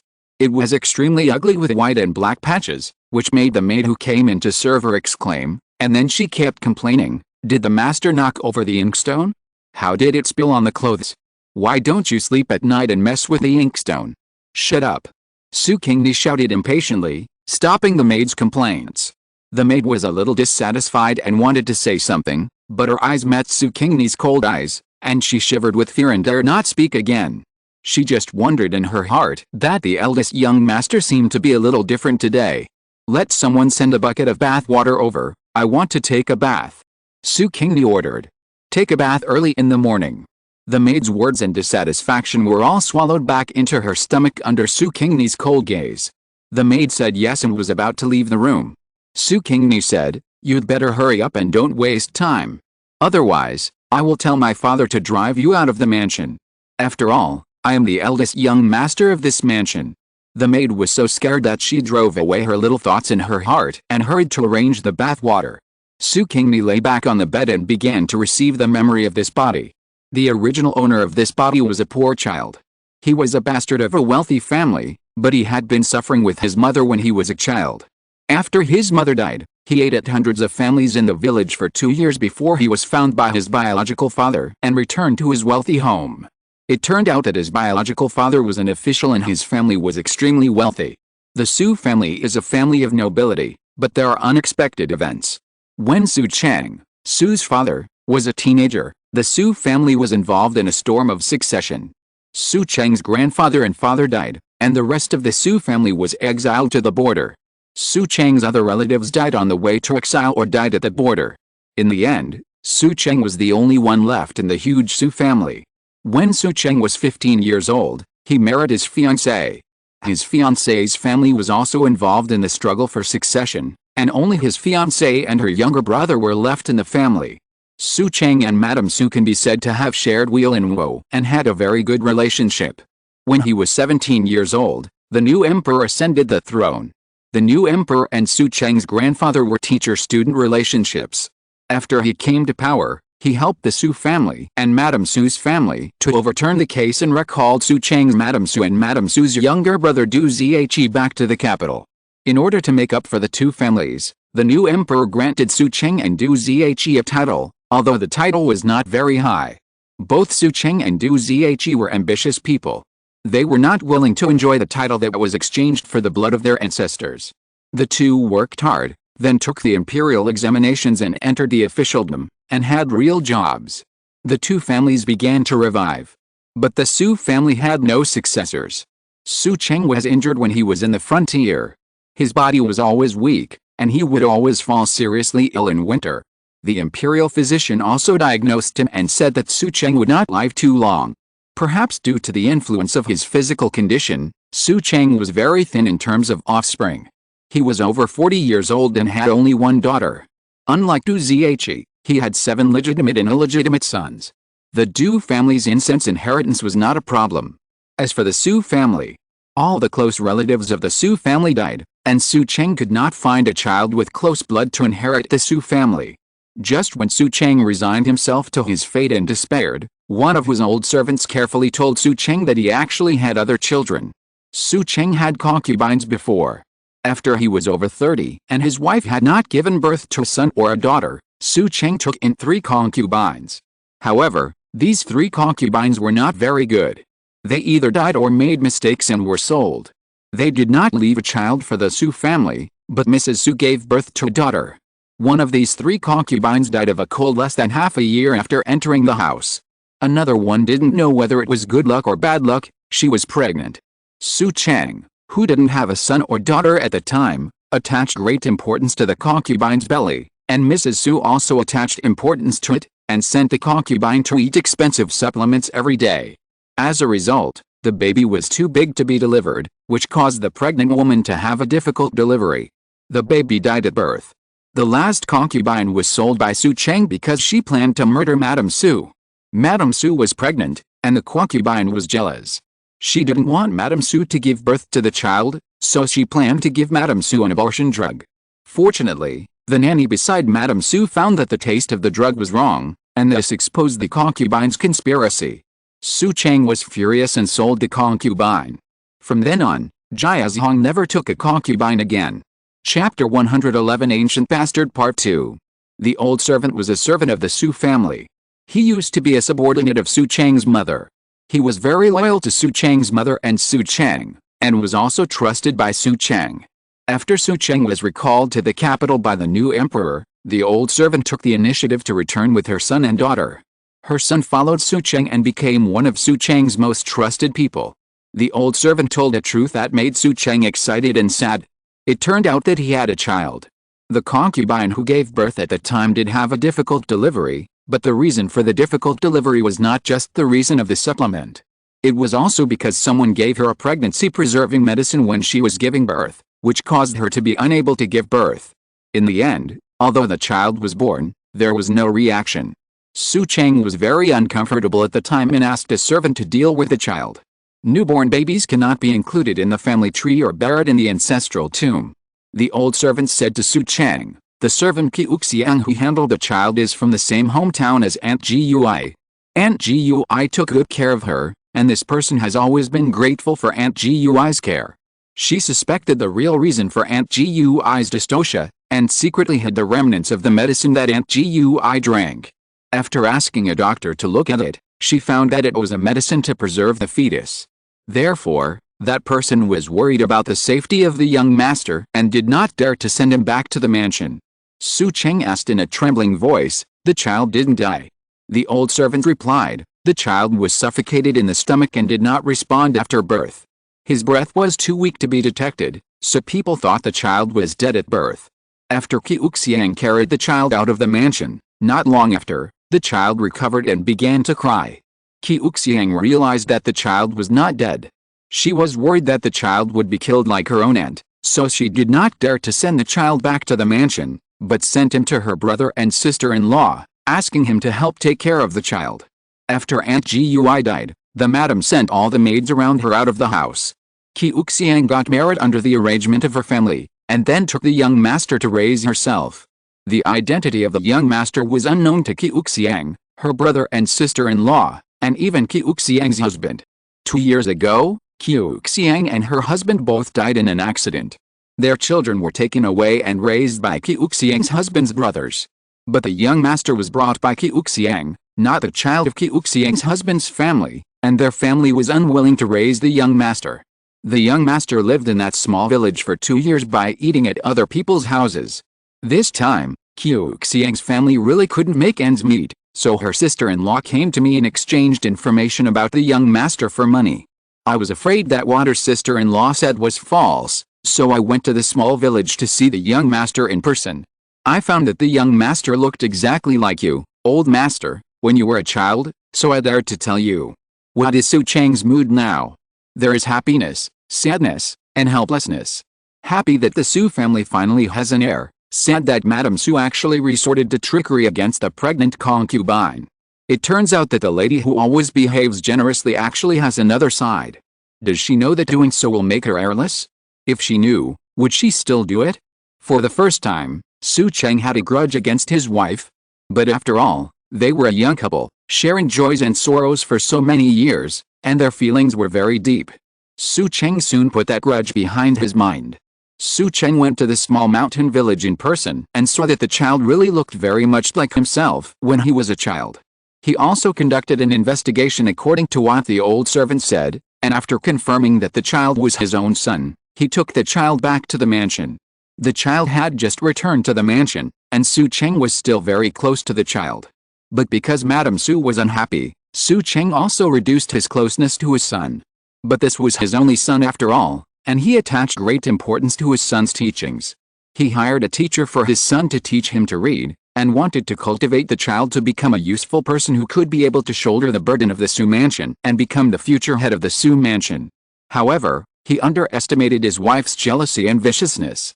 Madame Su was very unkind to the child, which led to the servants in the mansion not respecting the young master.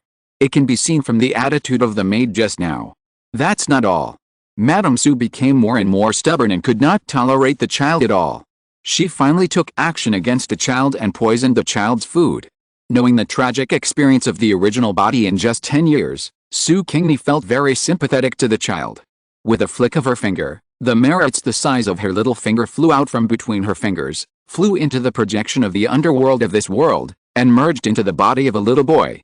When Su Qingni received the memory, the maid had already prepared the hot water for bathing. Because of Su Qingni's previous intimidation, the maid did not dare to neglect it, and used the same method to threaten the people in the kitchen, asking them to quickly boil hot water and send hot water. The intimidated servants reacted. Yes, the master is the only heir in the mansion, and he will sooner or later control the Su mansion. If the master comes to settle accounts with them at that time, what should they do? Even if the master has not taken over the Su mansion yet, he only needs to go to the master to file a complaint. Although the master is not close to the master, he still attaches great importance to the eldest young master. The people in the kitchen hurriedly boiled hot water, and no one noticed that one of them turned pale. That person regretted that she should not have listened to the lady and poisoned the master. Fortunately, God bless, it seems that the young master did not eat the poisoned dish. Su Qingni took off her dirty undergarment and entered the hot water to wash off the dirt on her body. The maid was very considerate this time. She took a set of clean undergarments and put them aside, and cleaned Su Qingni's bed and replaced it with clean bedding. After Su Qingni took a bath, the maid changed Su Qingni into a clean undergarment and wanted to put on Su Qingni's outer clothes, but Su Qingni waved her hand to refuse. I didn't sleep well last night, and I need to make up for my sleep today. You ask someone to ask the gentleman for a price, and also tell my father by the way. Su Qingni climbed onto the bed and closed her eyes. This time, she began to practice internal skills. If you want to do something, you must have the ability to protect yourself. The maid had no choice but to walk out the door, find two little maids, and go to Su Qingni's teacher to ask for leave and report to Su Cheng. Su Cheng had breakfast with Madame Su and her daughter in the main courtyard. Hearing the report from the servants, Su Cheng frowned and was very dissatisfied with Su Qingni's behavior today. Madame Su smiled and helped Su Qingni. It is normal for children to like to sleep in and be lazy when they are young. What's more, no one has taught the child well in the past 10 years, so this is the case. There is a long time to come, and the master will have plenty of time to correct the child's bad habits in the future. Let's let the child go for now. Su Cheng nodded when he heard it. Madam is right, there is a long time to come, and I will definitely correct all his bad habits. Chapter 112 Ancient Bastard 3. Su Cheng had breakfast and left, as he still had to go to the government office. Madame Su sent her daughter out of the yard and asked her to study with a female teacher.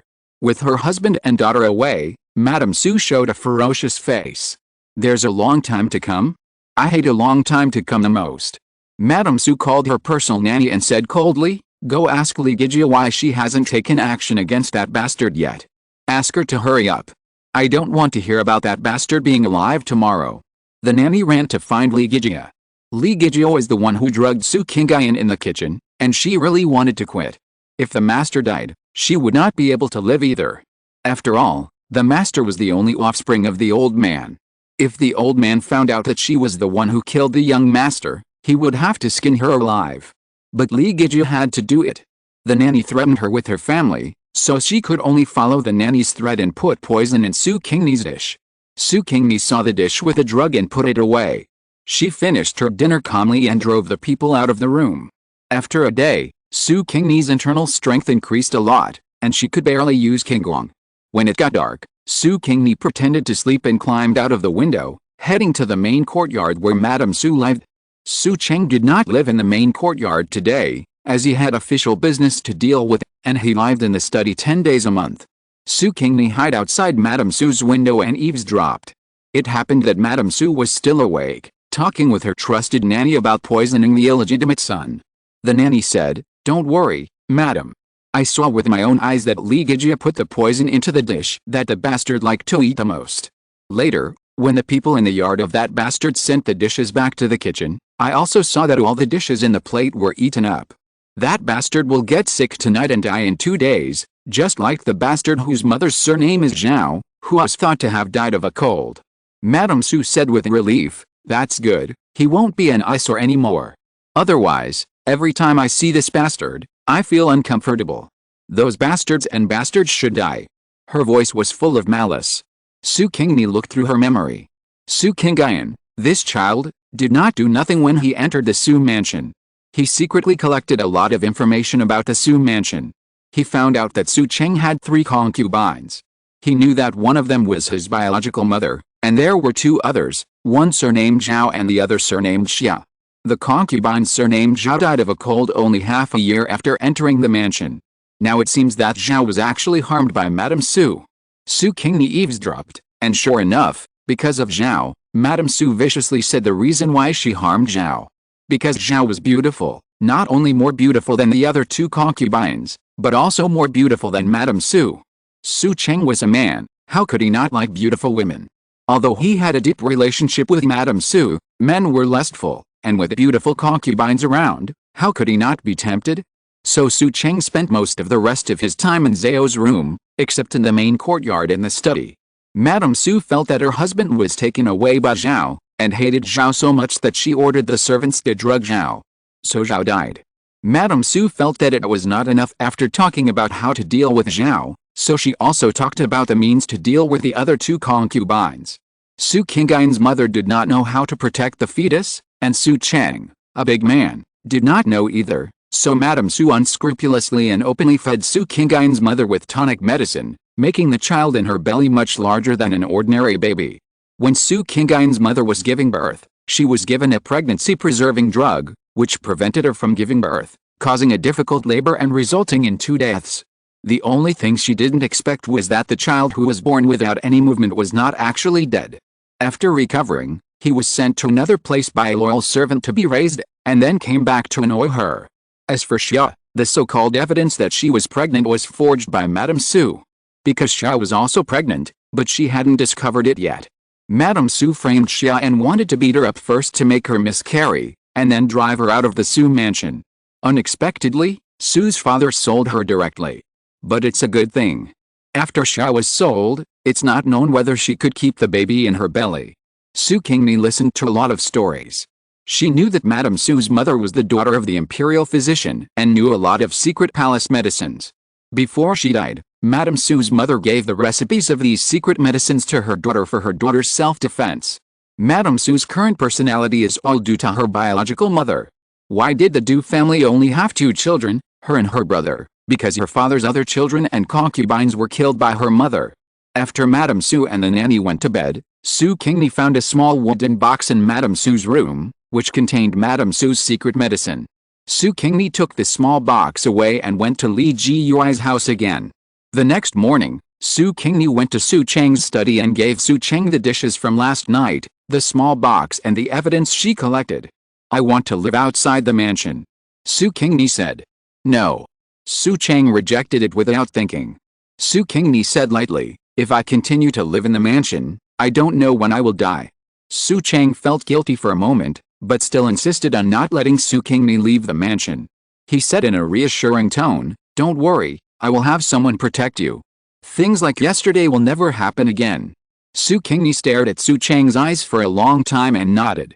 Anyway, she is not the original Su Qingni, and now she has the ability to protect herself. She also knows what Madame Su relies on, so she doesn't have to worry about being killed by Madame Su.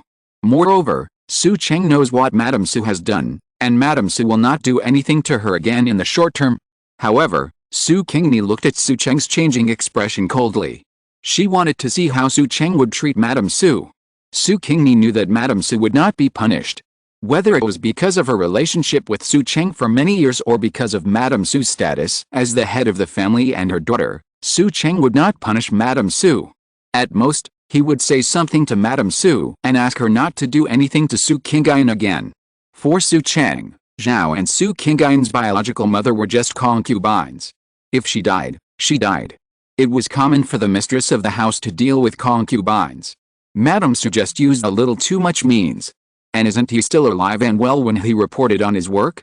At night, Su Qingni went to eavesdrop again. Su Cheng gave the evidence to Madame Su. When Madame Su saw the evidence, her face turned pale and pale. After a while, she asked, "Master, are you here to question me?" Su Cheng sighed, "If I were here to question you, I wouldn't have handed the evidence directly to you." Chapter 113 Ancient Bastard 4. Su Cheng's voice softened. "Qingyan, we have been together for so many years, and even though Qingyan is my son, in my mind, he is not as important as you, and even less important than our daughter.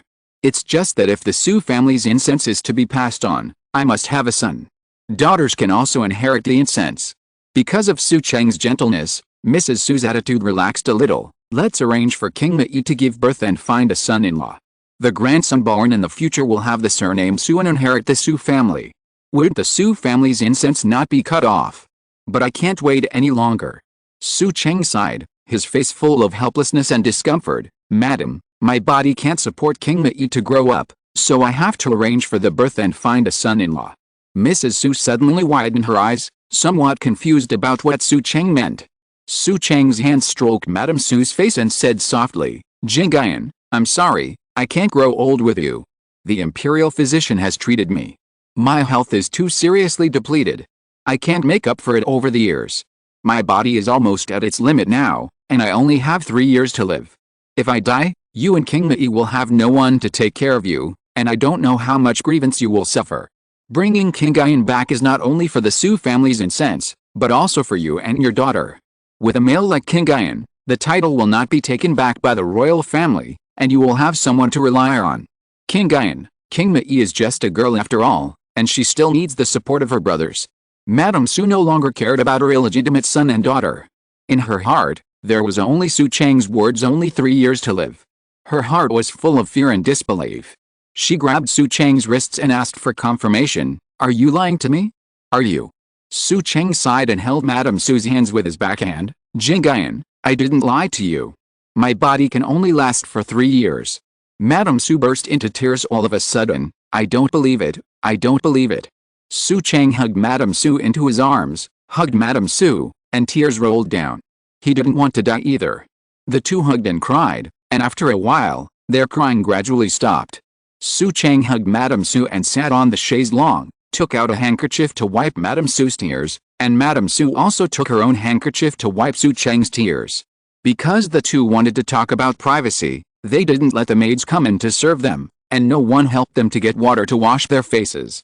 Su Cheng took Madame Su's hands and said softly, "Qingyan, don't do anything to Qingyan again in the future. He is the guarantee I arranged for you and King Mei. If he is good, you and King Mei can be better. I hope that after I leave, you and King Mei can still live freely like now."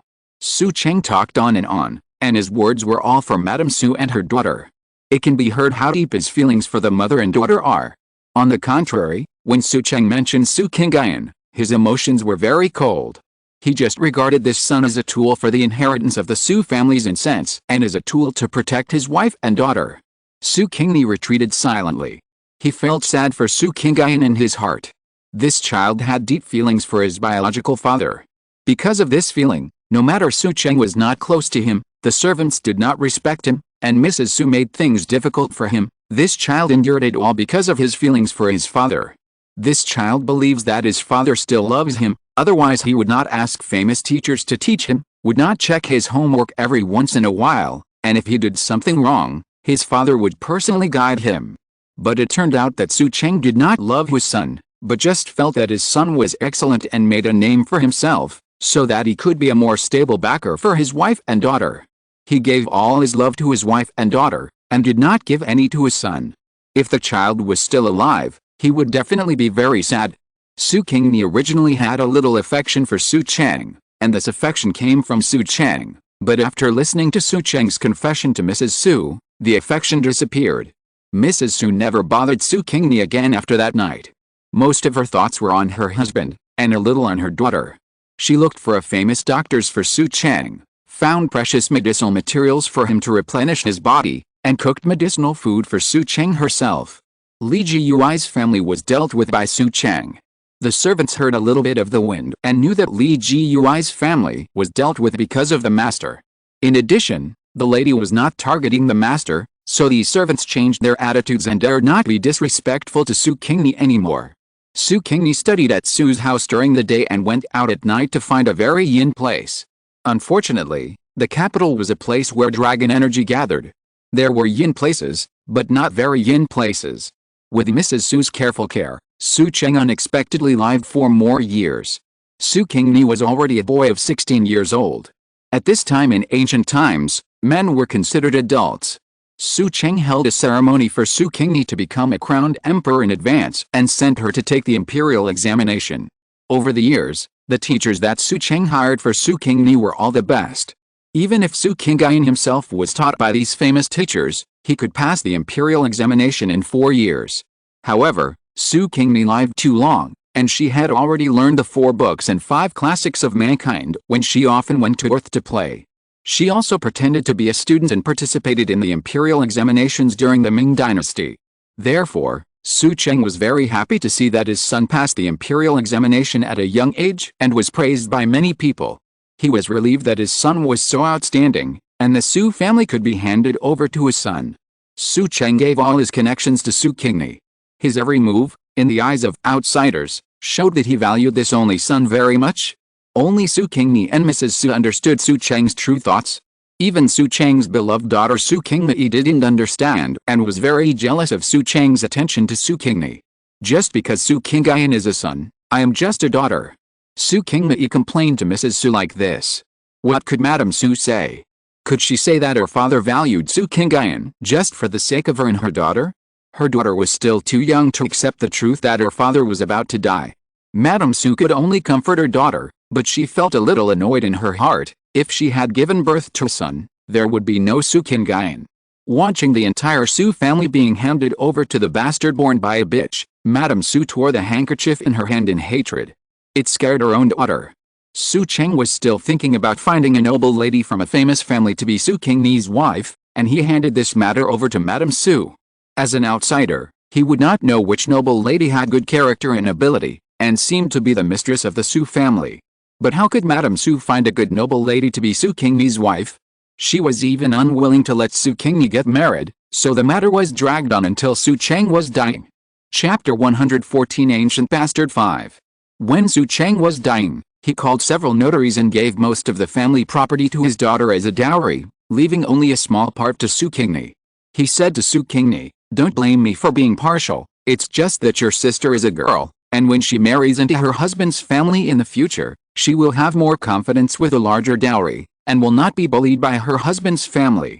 You are a capable child, and I believe you can accumulate more wealth than the current Su family by yourself.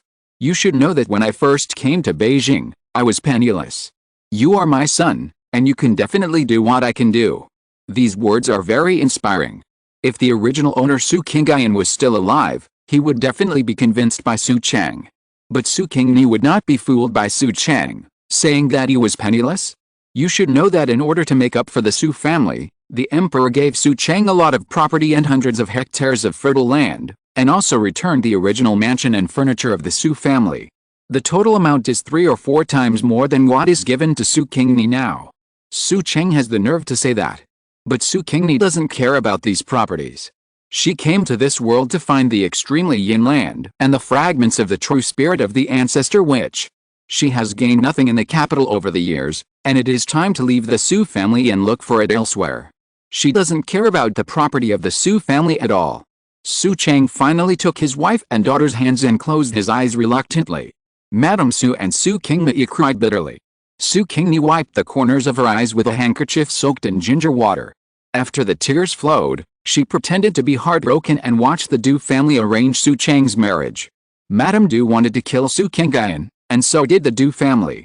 Because Su Qing had only one daughter, Su Qingni, and the family was extinct, the Du family wanted to let their son marry Su Qingni and make a fortune. However, Su Chang found Su Qingni, and Su Chang gave most of the family wealth to Su Qingni as a dowry, but the most important connections were given to his son. How could the Du family be willing? The Du family took care of Su Chang's funeral and did not give Su Qingni a chance to come forward. They told others that the Du family did not recognize Su Qingni as their nephew and suppressed her obviously. Su Qingni said that she did not care. If this body was not Su Qingni's biological father and had not given birth to him, Su Qingni would have left the Su mansion long ago if she had to take Su Qingni's place to finish the 27-month mourning period. After Su Chang's funeral, the Su family closed the door to mourn.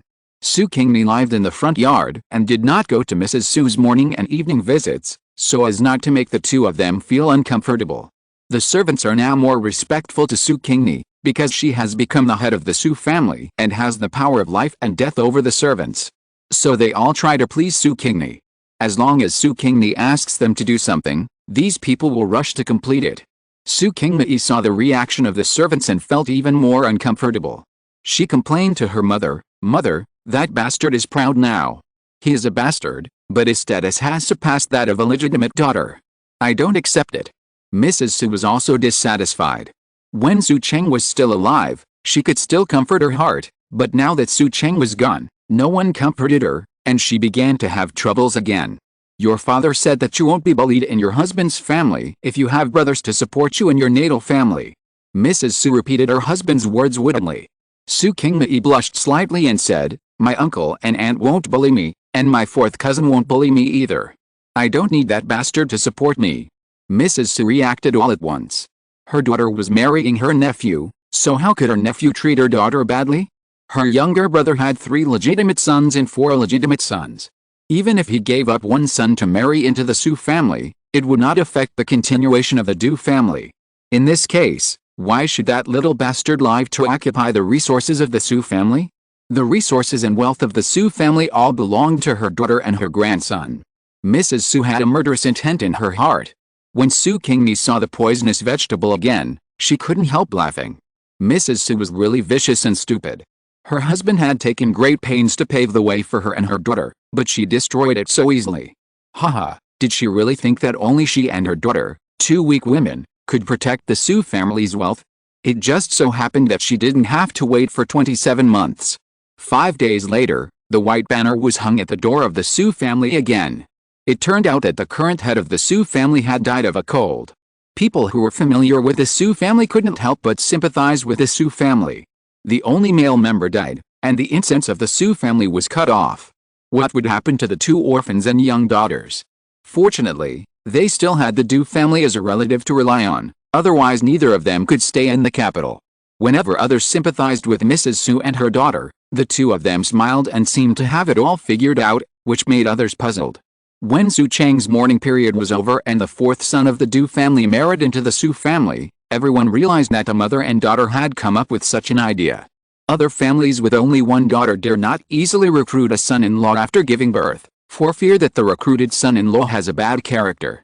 When the older generation dies, the son-in-law will take away his wife's wealth, change the son and daughter back to the son-in-law's surname, change the wife's family to the son-in-law's family, and take in a few concubines. There are even more conscienceless ones who simply kill the original wife and marry other women. The Su family has no such worries. The one recruited is Mrs. Su's nephew. They are all relatives. Naturally, they will not treat the 2 mothers and daughters unkindly and become the ungrateful wolf who seeks to seize the Su family's property. Many people applaud the Su family mother and daughter for this move, but they have to doubt in their hearts, did Su Qingni really die of illness? Su Qingni left the capital and walked aimlessly, looking for the extremely yin land and the true spirit of the ancestor witch. Her luck was relatively good. 2 years after leaving the capital, she found the extremely yin land and buried the netherworld stone in the extremely yin land. In the 4th year, Su Qingni found a fragment of the true spirit of the ancestor witch. The fragment was on a man. If the man didn't die, Su Qingni couldn't get the true spirit fragment. Su Qingni could only follow the man not far away, guarding this man, waiting for the day when he died.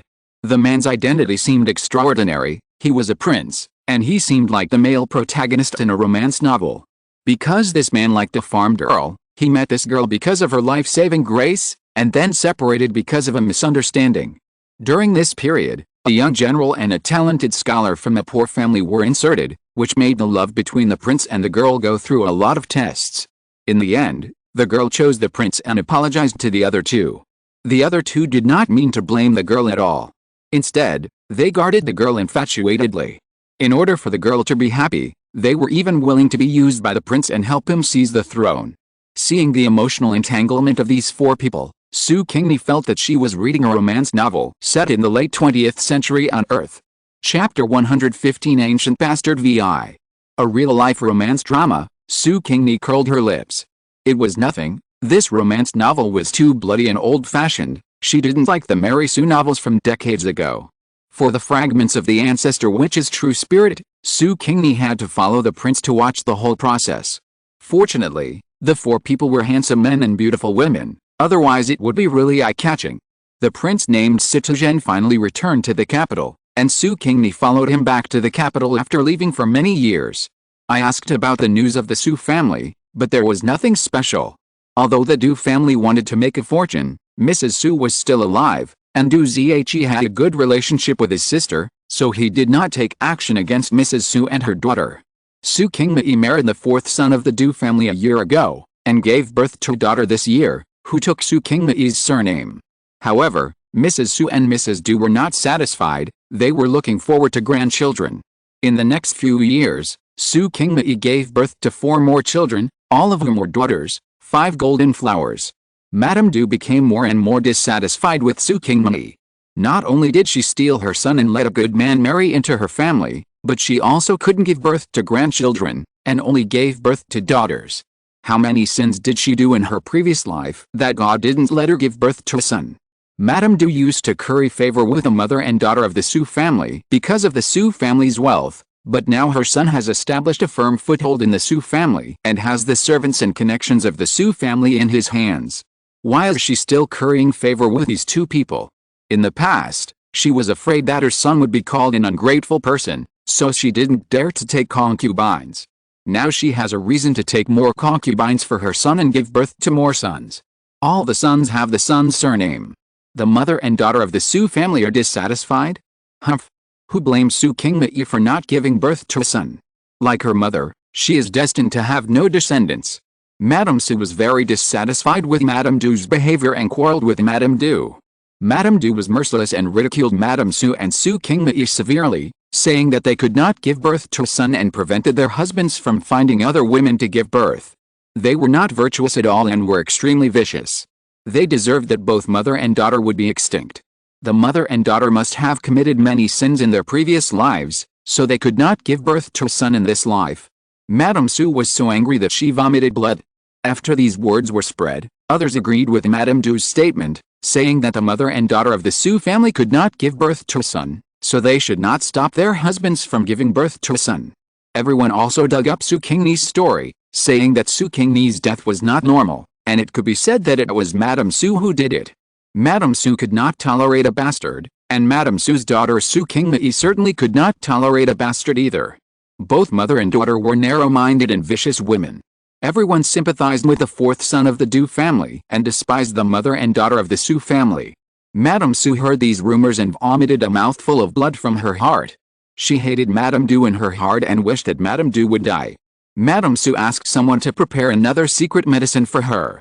The previous batch of secret medicine was taken away by Su Qingni, and Madame Su did not have time to prepare the medicine because she was worried about her husband's health.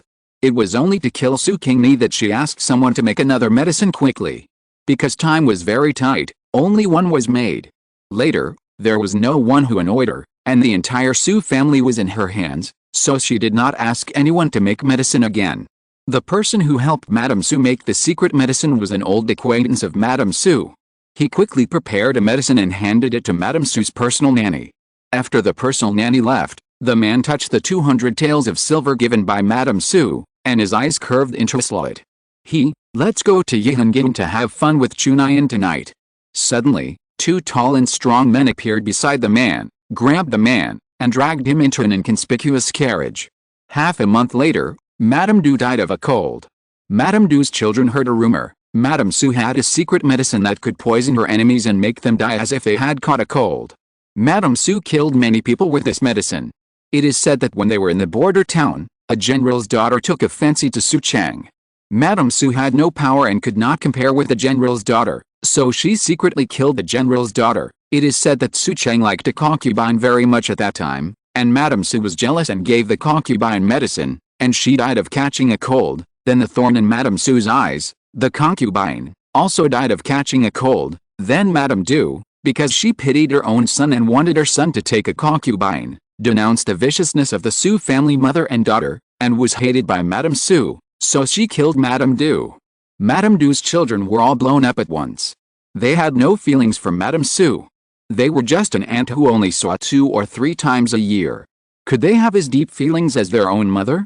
Madame Su actually killed their mother. How could they not resent Madame Su? Even Du Zhe was frightened by his sister's cruelty. I thought if my brother made Madame Su unhappy, would she poison me too? Du Zhe did not stop his children from going to the Su family to make trouble, so Madame Su naturally denied it, but I don't know who pushed out the person who helped Madame Su prepare the poison. That person had been taught a lesson before, and as soon as he appeared at the door of the Su mansion, he talked about Madame Su asking him to prepare the medicine in front of everyone, and also told everyone the effects of those medicines. Everyone was in an uproar, and they all called Madame Su a poisonous woman. Madame Su vomited blood again. She had suffered a lot at the border before, and her body was in a state of deficiency. Although she was better than Su Chang, she was still weaker than ordinary people. She had vomited blood before, and her body had begun to decline. Now she vomited blood again, and her body was completely defeated and she could no longer stand up. However, this was not the most tragic thing, because Madame Du was the wife of an official, and the government went in to investigate and arrested Madame Su and put her in jail. Madame Su had never suffered such suffering and humiliation before, and she vomited blood after entering the prison, and died in the prison at night. When the news of Madame Su's death reached the Su family, Su Qingni fainted. A few days later, the news of Su Qingni's death also spread. The 4th son of the Du family said to the public that Su Qingni died because of the heavy burden she suffered from her mother's death. But Su Qingni knew that Su Qingni committed suicide. The Du family did not use medicine or poison to deal with Su Qingni, but tortured Su Qingni with words, which made Su Qingni want to die and eventually commit suicide. Su Qingni did not save Su Qingni like a saint. When Su Qingni died of illness, Su Qingni was an insider and one of the accomplices. Su Qingni's temperament is the same as her mother's. When the original body was alive, she looked down on the original body, bullied the original body and wanted the original body to die. She is not a good person. How could Su Qingni save her? Moreover, there are more people who want Su Qingni to die than the Du family. The sin committed by Madame Su is now in her daughter's arms. If you're listening to this novel on a channel other than Fanfic World, it means they downloaded and uploaded it without effort. We cordially invite you to visit our channel, Mundo Fanfic Novelis. There you'll find the original version of this story and you can explore many other novels of various genres. We're waiting for you to immerse yourself in a world of incredible novels. Chapter 116 Transforming the World. The Du family thought that Su Qingni was dead, and everything in the Su family became the Du family's. But they didn't wait for long to be proud, and the 4th prince's wife stood up to take back the Su family's property. Others thought that the 4th prince's wife was an ordinary village girl, who was lucky enough to be favored by the 4th prince and became a royal concubine. But in fact, it turned out that this 4th prince's wife named Su Qingni was the daughter of the Su family, and the biological daughter of Su Chang. Su Qingni's biological mother was Su Chang's concubine Xia. Not long after Mrs. Su became pregnant, Xia also became pregnant. Xia had no experience and didn't know she was pregnant. Instead, the nanny beside Mrs. Su saw the clues. How could Mrs. Su allow Xia to give birth to illegitimate children? So she framed Xia and wanted to make Xia have an abortion, but she was a step too slow and Xia was sold by Su Chang. Xia was lucky and was bought as a wife by a peddler who made a little money. The peddler made some money over the years and didn't want to live in the city anymore, so he took the money and returned to his hometown with his wife, built a house, bought dozens of acres of land, and settled down. Su Qingni knew early on that she was not her stepfather's biological daughter. She was conscious when she was in Xia's belly, knew that she was the daughter of the Su family, and knew that her mother had been sold. After Su Qingni met the fourth prince, she asked the fourth prince to investigate the Su family, learned what Madame Su did to the concubine and the illegitimate son, and found out the truth about Madame Su's frame-up of the Xia family, so she had been secretly targeting the Su family. The person who helped Madame Su make medicine was caught by the fourth prince and sent to the door of the Su mansion. People are already gone. Su Qingni wants to take back the Su family's wealth, and the Du family has no way to compete with the prince's wife. The Du family planned for more than 10 years, but in the end, they got nothing. Not only did they accompany the youth of the fourth son of the Du family for several years, they became a widower, and they also accompanied Madame Du's life in prison.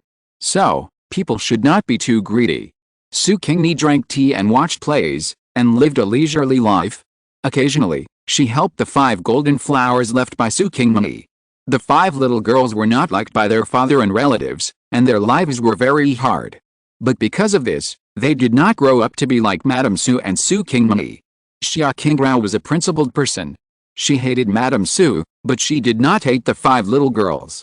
In view of the Su family blood in the little girls, she would occasionally take care of the 5 little girls. It was also because of her care that the Du family did not dare to be too harsh on the 5 little girls. When the 5 little girls grew up, they married 5 middle-class families respectively. They lived a calm life and were not tortured by their husbands' families. After all, they had an aunt who was the queen. Su Qingni lived in this world for 30 years. After Su Qingni's husband died, she returned to the netherworld with a fragment of the true spirit separated from his soul. Niangniang was very happy to see this fragment. This fragment was really not small. Su Qingni took a break for a while, went to the prehistoric world for a vacation, and started traveling again. I am the dividing line of a world. After receiving the memories of the original owner, Su Qingni was silent. The original owner of the body she received this time was also a bastard, but not an ancient bastard, but a modern bastard. Well, it is more reasonable to say that he was an illegitimate child. The father of the original owner Su Qingni was a self-made rich man, and his mother was not a mistress who wanted to rely on her son to get promoted. His mother was a college student who worked in a bar. After getting drunk, she had sex with Su's father. Su Qingni's biological mother was not suitable for abortion, so after giving birth to the child, she gave her son to the child's father, and went abroad to continue her studies. Then she stayed abroad to get married and have children, never returned to China, and no longer had contact with her biological son. Su's father's wife was pregnant at the time. Suddenly she knew that her husband had an illegitimate child. She was so shocked that she gave birth to a daughter with congenital defects prematurely. The daughter was weak, so Su's father felt very guilty and inevitably took out his anger on his little son. He did not arrange for his son to live at home, but found another house to accommodate his son and hired a nanny for his son. Su Qingni grew up in such a situation where he lacked fatherly and motherly love. Children are very eager for family affection and fatherly love. Su Qingni longed for his father to accompany him every day, longed for his father to take him to the amusement park, and teach him homework. But these are all extravagant hopes. From childhood to adulthood, he was only accompanied by an empty room and a nanny. Su Qingni once secretly ran outside the Su family, hid aside and watched the interaction of the 3 members of the Su family, watched Su's father dote on his daughter in various ways, let his daughter ride on his shoulders, and talk to his daughter gently. Su Qingni was envious. After that, Su Qingni changed, from a good child to a bad child, did not study well, and his grades plummeted, falling from the top few in the class to the last one. He thought that Su's father would be angry and would come to scold him and educate him. But Su's father did not show up at all. He only asked his assistant to go to the school and donate a teaching building to the school. After that, no matter what he did in school, the school leaders and teachers would not punish him or expel him. This made Su Qingni feel extremely bored. After entering high school, Su Qingni became even worse, and he hung out with youngsters outside the school. At a young age, he had become addicted to drugs. Last night, the boy had an addiction to drugs and had no drugs in stock, so he fainted. It was at this time that Su Qingni entered the boy's body. Su Qingni opened her eyes and squinted. The boy was deliberately lured into taking drugs. I don't know if there are other people behind the person who lured the boy. Su Qingni contacted her original body and smuggled a storage bag from her original body with some small things in it. These small things are not worth mentioning to Su Qingni, but for the people in this world, they are all incredible things. Su Qingni took out a detoxification pill from the storage bag and was about to swallow it, but the pill was at her mouth, so Su Qingni took it back. She closed her eyes, and when she opened them again, her body was controlled by another soul. Great, I'm not dead yet. The boy got up from the ground, crawled to the sofa with limp limbs, and said with a lingering fear, "The DU addiction is so uncomfortable, I thought I was dead yesterday." The boy reached out and wiped his face, with traces of tears on his face. "Let me die, anyway, no one will be sad for me if I die." Even the nanny who used to treat him very well, didn't she resign and go home to take care of her grandson for her newborn grandson? The so-called father wanted to find another nanny for him, but he didn't like strangers invading his territory, so he refused. And the so-called father really didn't find a nanny for him, and he didn't think about the fact that he was only 17 years old, and there was still a year before he turned 18 and became an adult. How would he live without someone to take care of him? Chapter 117 Modern Bastard Part 1. The boy was already disappointed with his so-called father, and even more disappointed with his future life. So, when he found himself addicted to DU, he didn't think about quitting. At that time, he had just become addicted to DU. With his perseverance, as long as he made up his mind, he could still quit the addiction. But the boy didn't choose to do that. He had given up on himself. Ding. A host that meets the conditions is found. The system is binding. Binding 1%. Binding 5%. Binding 10%. The boy suddenly got up from the sofa. System. The boy also loves to read online novels. He used to imagine himself as the protagonist, having an adventure, and then slapping the faces of that family of 3. However, novels are always novels, and the boy no longer expects it. Unexpectedly, he heard a strange voice and familiar words today. Ding. Binding is successful. Hello host, I am the 5 Good Youth Growth System 001. I will help you, the host, become a good boy praised by everyone and reach the pinnacle of life. The boy's dead eyes. What the hell is a 5 Good Youth? 5 Good Youth is an excellent successor of socialism.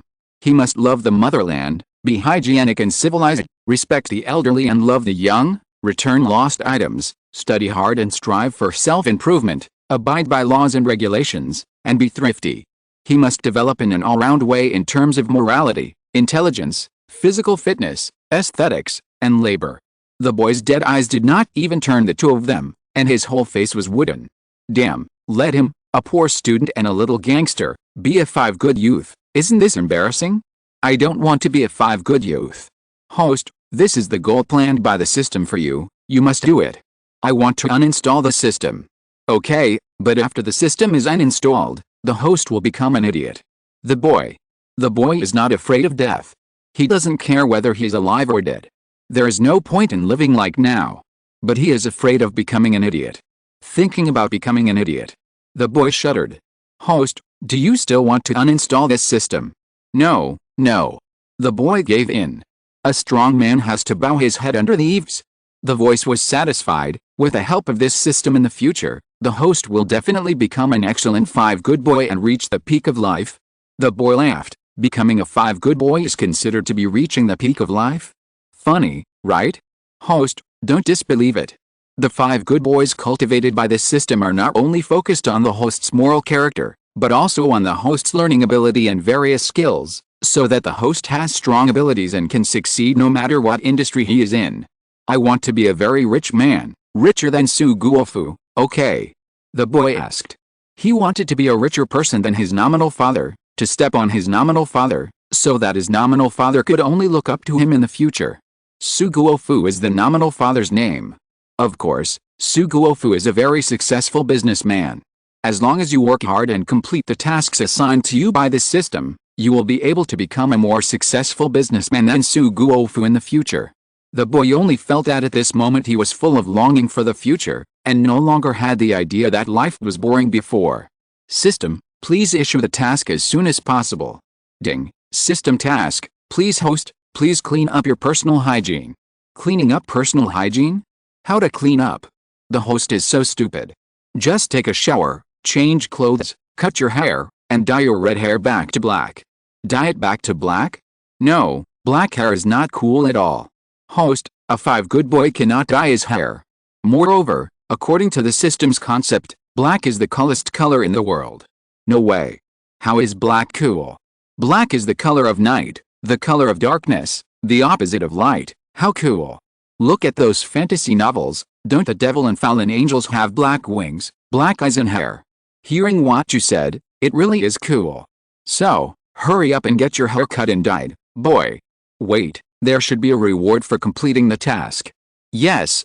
What's the reward? A detoxification pill. Detoxification pill? What's the use? This is a reward specially prepared by the system for the host's body. Host, there are a lot of toxins accumulated in your body. These toxins will affect and damage your nerves. The detoxification pill can clean up all the toxins in your body, so that your body will never be troubled by these toxins again. Really? The boy suddenly opened his eyes wide. Can the drug poison in the body really be cleaned up? Can he really get rid of the influence of drugs? After the boy accepted the oppression of the system and decided to be a good boy again, the only thing he worried about was his drug addiction. He was worried that the existence of drug addiction would affect his transformation by the system. Of course it's true. This system is the most intelligent and advanced intelligent system produced in the interstellar world. It has great capabilities. The system can detect any problems of the host and help the host to treat and improve. Host, you have to believe in the ability of the system. With this system, you will have an extremely healthy body. The boy, without saying another word, took his wallet and went out, found a hair salon closest to his home, rushed in, and said to the barber, "Hurry up, help me dye my hair back to black." The barber, "Brother, your red hair is very good, why do you want to dye it back?" "What a waste. I said dye it back, hurry up, I'll give you more money." The young man Su Qingni glared at the barber. Okay, I'll help you right away." The barber didn't care about Su Qingni's attitude for the sake of money, and very attentively helped him change the red on his head to black, and cut Su Qingni's hair that was long enough to cover his eyes short, and cut it into a flat head according to Su Qingni's request. The boy with a flat head looked much more energetic. If it weren't for the 2 big black eye sockets under his eyes, he would have almost become a sunny boy. After returning home, the boy immediately took off his clothes and went into the bathroom to take a shower. The system called the boy. "Wait a minute, I'll give you the detoxification pill first, you take it first. I haven't completed my task yet, and you're giving me a reward. Haha, so I don't have to take another shower. What do you mean? Stupid, detoxification, what is it like, don't you know? There are many similar descriptions in novels. I understand." The boy put the brown pill that appeared out of thin air in his hand into his mouth, staring at his body with his big round eyes, hoping for a miracle to happen. After a while, black sweat flowed out of the boy's body surface, and the sweat became more and more, almost dyeing the boy's entire body black. Chapter 118 Modern Bastard Part 2. Coming out of the bathroom, the boy felt relaxed all over, as if he could fly to the sky. This feeling is better than the feeling of being in high spirits when taking drugs. That feeling was unreal and decadent, but now this feeling makes people feel at ease. The boy threw the dirty clothes into the washing machine, poured in the detergent, let the fully automatic washing machine start working, and put on a bathrobe to find clothes to wear in the bedroom. As soon as he opened the closet door, it was full of strange clothes. The boy took out a set and was about to put it on, and the system spoke again. "Remind the host that 5 good boys cannot wear strange clothes." Su Qingni. The boy took out a white shirt and jeans from the closet, put them on, and stood in front of the mirror. The mirror showed a ruddy and well-behaved boy. Su Qingni couldn't believe it. Was the person in the mirror himself? Ding. System task. As a 5 good boy, the host needs to be diligent and clean. Please clean the house immediately. The boy. I don't know how to clean the house. I have never done such a thing. If you don't know how to do it, you have to learn. The system can guide the host. Can we change the task? No. Remind the host that the system has issued a task. If the host does not complete it, the system will punish the host. What punishment? The boy asked nervously. Electric shock. Electric shock. Yes, from level 1 to level 10. Do you want to try it? The boy shook his head violently. I will go to clean the room immediately. The nanny left for a month. In this month, the room has not been cleaned. The boy tossed around in various ways, and the room was like a pigsty. It took the boy a whole day to clean the room. After finishing, the boy collapsed on the sofa. "I'm so tired." The boy collapsed like Jehu, so tired that he didn't want to move his fingers. The system said, "The task is completed, the evaluation is passed, and the reward is now issued." The boy was immediately excited, not caring about being tired, and asked excitedly, "What is the reward this time?" "Healthy pills. After eating, you can strengthen your body and live 100 years. Oh, the boy was a little disgusted with this reward. "I'm in good health, I don't need this stuff." The system chuckled twice to express its ridicule of the boy. The boy pouted unhappily and wanted to argue with the system, but in the end he didn't do it. Although he said that he was in good health, he knew in his heart that his bad living habits for a long time had caused his body to be not as healthy as when he was a child. The system has a scanning function, and the condition of his body cannot be hidden from it. If the host is not satisfied with a reward, the system can take it back. "Can you give other rewards after taking it back?" the boy asked expectantly. The system replied with a chuckle. The boy, "I want it. Give me the health pill." As soon as the voice fell, a green pill appeared in the palm of his right hand. The boy was no longer surprised at all, and raised his hand to throw the pill into his mouth. Ding. System task, "It's time for dinner, please make dinner for me." "I can't. You don't even know how to make noodles." "No." The system can play videos teaching cooking skills, and the host can learn to cook by following the videos. The boy struggled desperately. "What if I can't learn it? Does the host want to experience the feeling of being struck by lightning?" I will learn." The kitchen that the boy saw was very well equipped with kitchen utensils and seasonings, all of which were left by the nanny. There was also some rice and 2 handfuls of noodles, but no other vegetables, eggs, meat, etc. The boy followed a video and learned while cooking. First, boiled a small pot of water and put the noodles in the water. Every time the water in the pot boiled, he added hot water. After adding it 2 or 3 times, he could fish the noodles out. Add soy sauce, vinegar, chili oil, pepper powder, sesame oil, chicken essence and other seasonings, and a bowl of noodles was ready. The boy took a bite and it tasted good. He was busy for almost a day and was already hungry. He ate the whole bowl of noodles. The boy was very satisfied. Eating the food he made not only satisfied his stomach, but also his spirit. "System, where's my reward?" The boy asked the system for the reward. Ding. Mission completed, reward the host with an enlightenment pill. Enlightenment pill? It won't be like what is written in the novel, "After eating it, people will become smarter," right? Correct. This enlightenment pill was not developed in the world of cultivation, but was developed when the primitive world entered the interstellar era. It is a product of science and technology that can broaden the human brain and increase the utilization rate of the human brain from 10% to 30%. The boy swallowed the kizzy pill and found that his memory from childhood to adulthood became extremely clear. Many things that he had forgotten long ago suddenly came to mind. He could even remember the license plate number of a Lamborghini that passed by him yesterday. The boy was extremely surprised. "Am I a genius?" System, "Well, in this world, you are indeed a genius." The boy laughed wildly. "With my current brain, I can definitely remember the order of the cards easily. When I go to the casino, won't I be a big shot?" System, "Remind the host that gambling is a bad behavior. 5 good boys are not allowed to gamble. Otherwise, the host will receive a 5-level electric shock punishment." The boy's laughter stopped abruptly, and he was very unhappy. Ding. System task, the host studies hard for 4 hours. Remind the host that the host status cannot be hidden from the system. If the host pretends to study or is distracted during study, the system will give the host a 1st-level electric shock reminder. The boy, "System, I have a damn thing to say to you." As soon as the voice fell, the boy trembled all over. The feeling of the electric current flowing through his body was really comfortable. System, "Host, how does a 1st-level electric shock feel?" The boy, "I will study it immediately." The boy, "Host, what is the reward for this task?" System, "Once the task is completed, the host will naturally know." The boy took out his clean textbook and flipped through it. There was no note on the textbook. The boy opened the first page and read it for a long time. His eyes began to turn into mosquito-repellent eyes, and his eyelids became heavier and heavier. "Ah!" The boy screamed and jumped up from the chair, and all sleepiness disappeared. "Host, please study hard." The boy said aggrievedly, but I can't understand the content of the textbook. System. After testing, the host has not studied seriously since the 5th grade of elementary school, and has not mastered some elementary school knowledge and junior high school knowledge. Chapter 119 Modern Bastard Part 3. The system has decided to make up lessons for the host, and make up the knowledge of elementary school and junior high school for the host.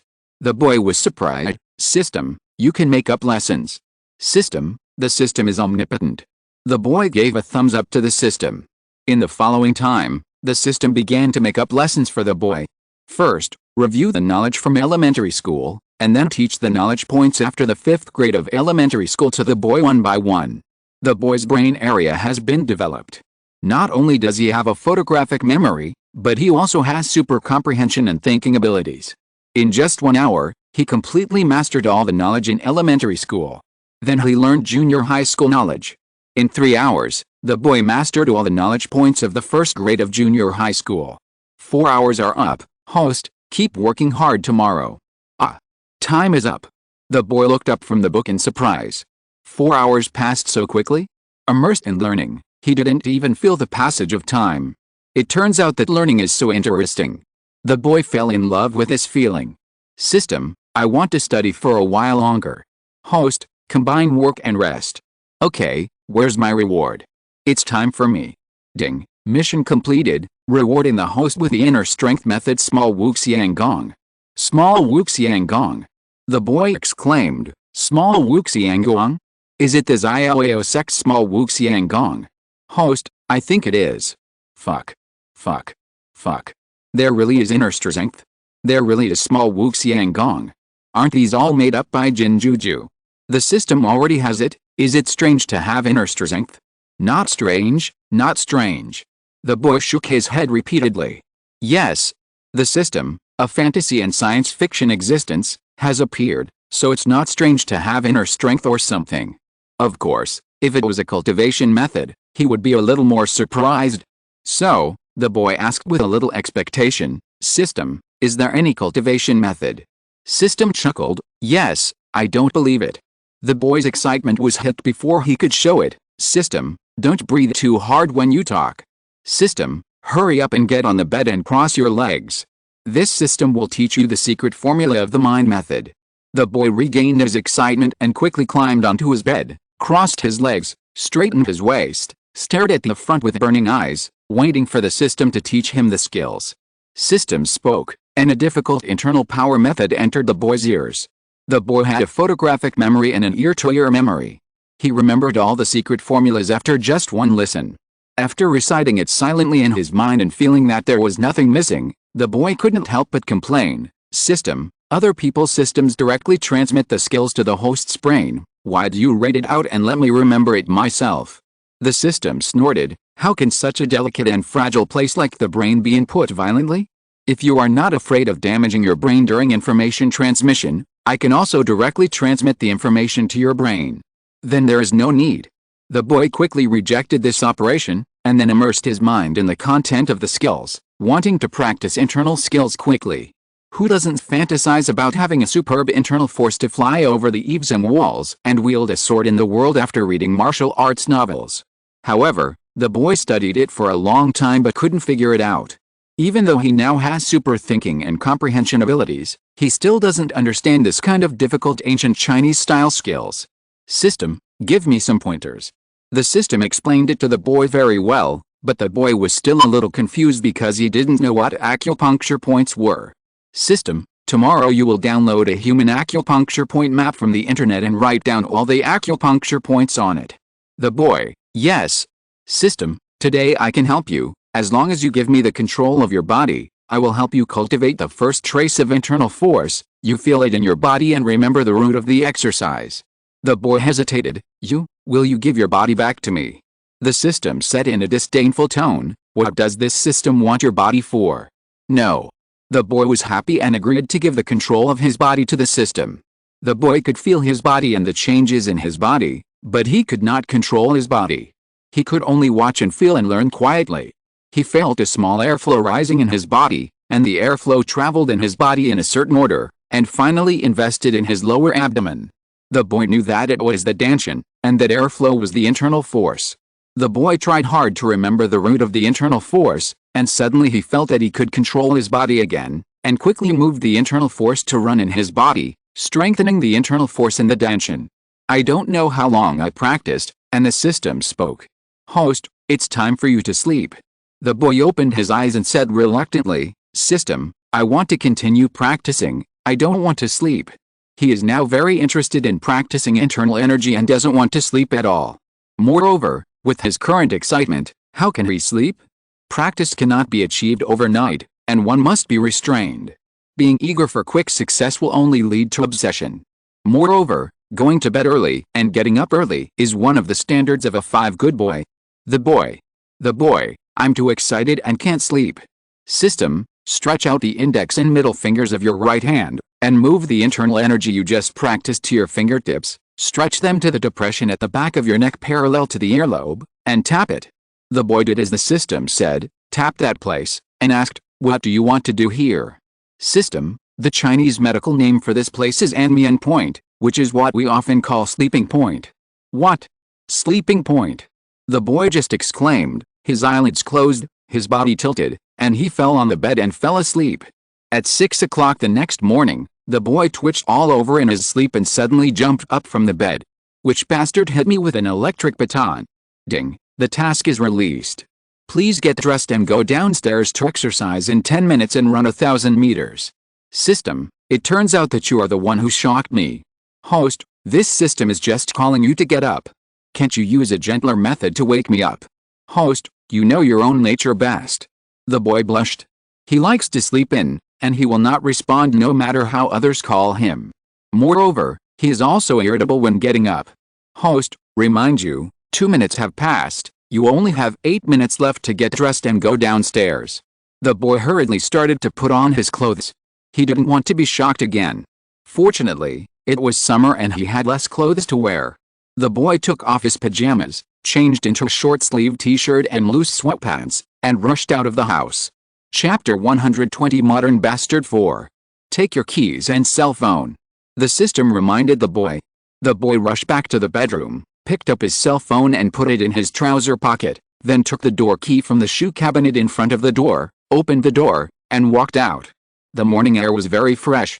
This was the first time the boy got up so early. The morning breeze blew on his body, and he felt every pore of his skin open. This feeling is so refreshing.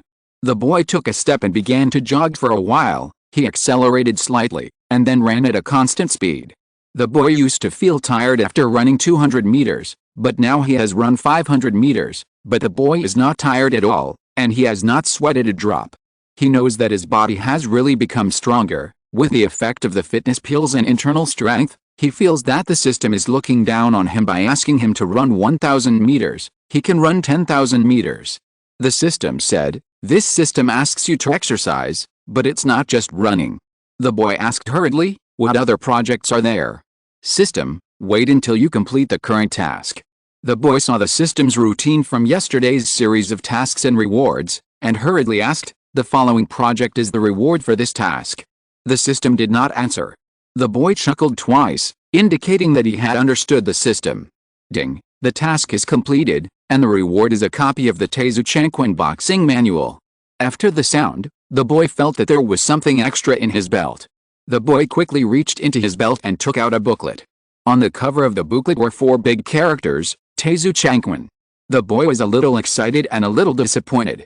He was excited that he got another boxing method after the internal power method, which gave him the ability to output on the basis of increasing the blue bar mana. He was disappointed that this boxing method was too low level, right? Why didn't the system give him a copy of 18 Palms of the Dragon or 7 Angry Fist or something like that? System, don't look down on Su Qingni. Once Su Qingni is well trained, its power is also enormous. Look at Qiao Feng, who defeated the entire martial arts world with one set of Su Qingni. Yes, Qiao Feng was once his idol. The boy was not disappointed. He opened the booklet, wrote down all the moves and explanations on it, and then followed the images in the booklet and practiced them one by one. At first, the boy was very unfamiliar with the practice. After 2 or 3 times, The boy mastered the essentials of Taizu Changquan and became familiar with the moves, and the practice became much smoother. After practicing 2 or 3 more times, the internal force in the body began to move with the moves. Although the internal force that had just been cultivated was still very small, it was also very powerful when mixed with a fist wind, and the uncles and aunts who got up early to train applauded. When the boy finally stopped moving, several old men came forward with a smile and said to him, "Young man, you are quite skilled. What kind of boxing are you doing?" These old men were wearing loose white training clothes. They practiced Tai Chi and had a certain understanding of boxing, but they did not see which style Su Qingni was practicing. The boy was actually a very polite and good boy. He respected the elderly very much and quickly replied, "Grandpa, I practice Taizu Changquan." "Changquan? It doesn't look like it," said an old man. "Changquan has a total of 32 moves, but I don't see that many moves in the boxing you practice." Su Qingni exclaimed, and hurriedly asked the system in his mind, "System, you are not giving me a fake Taizu Changquan boxing manual, are you?" The system said, "How can something given by this system be fake? This was created by Su Qingni when Su Qingni saw it with her own eyes." System, the Taizu Changquan that this system gives you was created by Su Qingni himself, and it only has 24 moves. After it was spread, due to errors in teaching, some parts of the boxing were changed, and some were added and deleted. By the time it flourished in the Ming Dynasty, it had 32 moves. However, the power of this 32-move Changquan is not as strong as the original 24-move Taizu Changquan. The young man who got the answer said to the old man, "Old man, I practiced the 24-move Taizu Changquan before the Ming Dynasty, not the 32-move Changquan during the Ming Dynasty." The old man suddenly realized, "So that's the case, but your set of Taizu Changquan is much more powerful than the 32-move Taizu Changquan I have seen. Young man, is this set of boxing handed down in your family? Is your family a family of national martial arts? National martial arts family? Even Su Guofu, who looks like a weak chicken, still practices national martial arts." The boy chuckled and said to the old man, "I learned it from my master." Oh, so you have a master." The old men said they understood, and pulled the boy to ask him if his master had taught him Tai Chi. They also asked the boy to watch them practice Tai Chi to see where they did something wrong and let the boy give them some pointers. The boy didn't know Tai Chi, but the system did.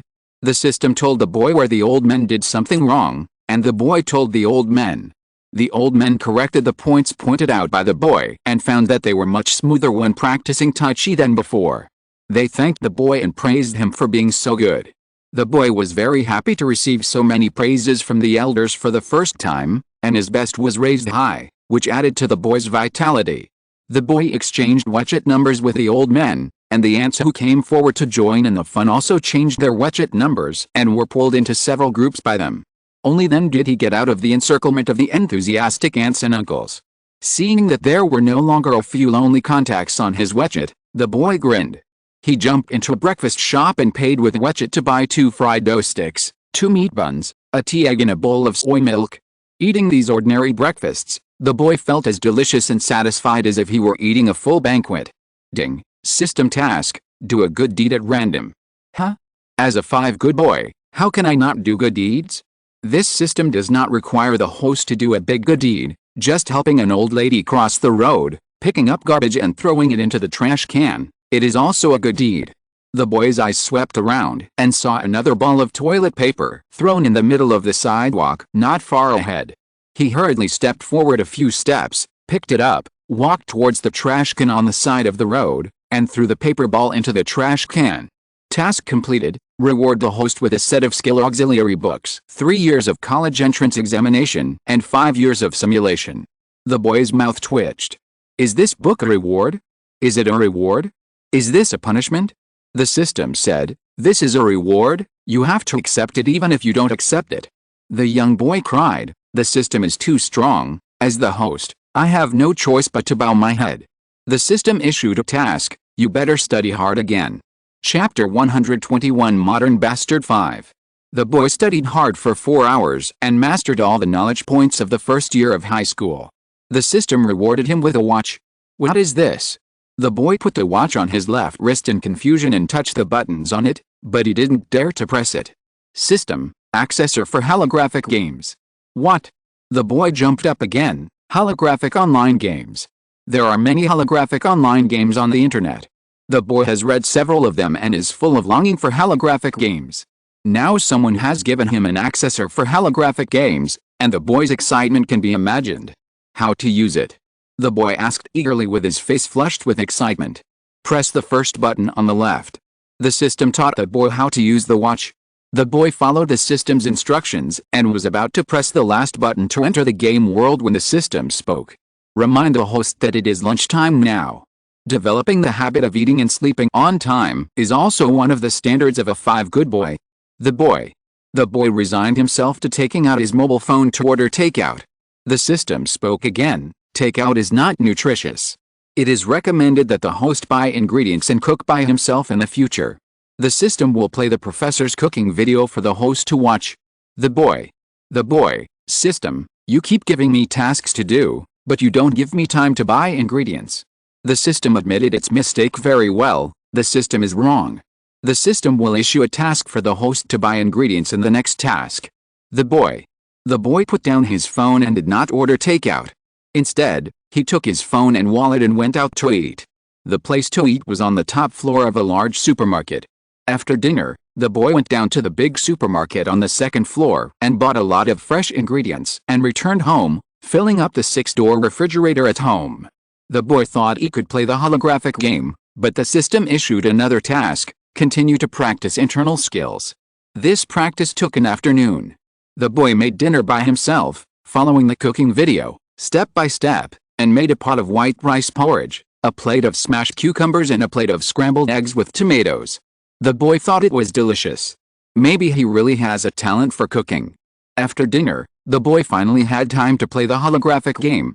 There is only one holographic game in the watch called Star Soldier Wants to Become a Marshal. The boy clicked the confirm button, and his eyes went dark. He found that the environment around him had changed. He was no longer in his home, but in a vast universe.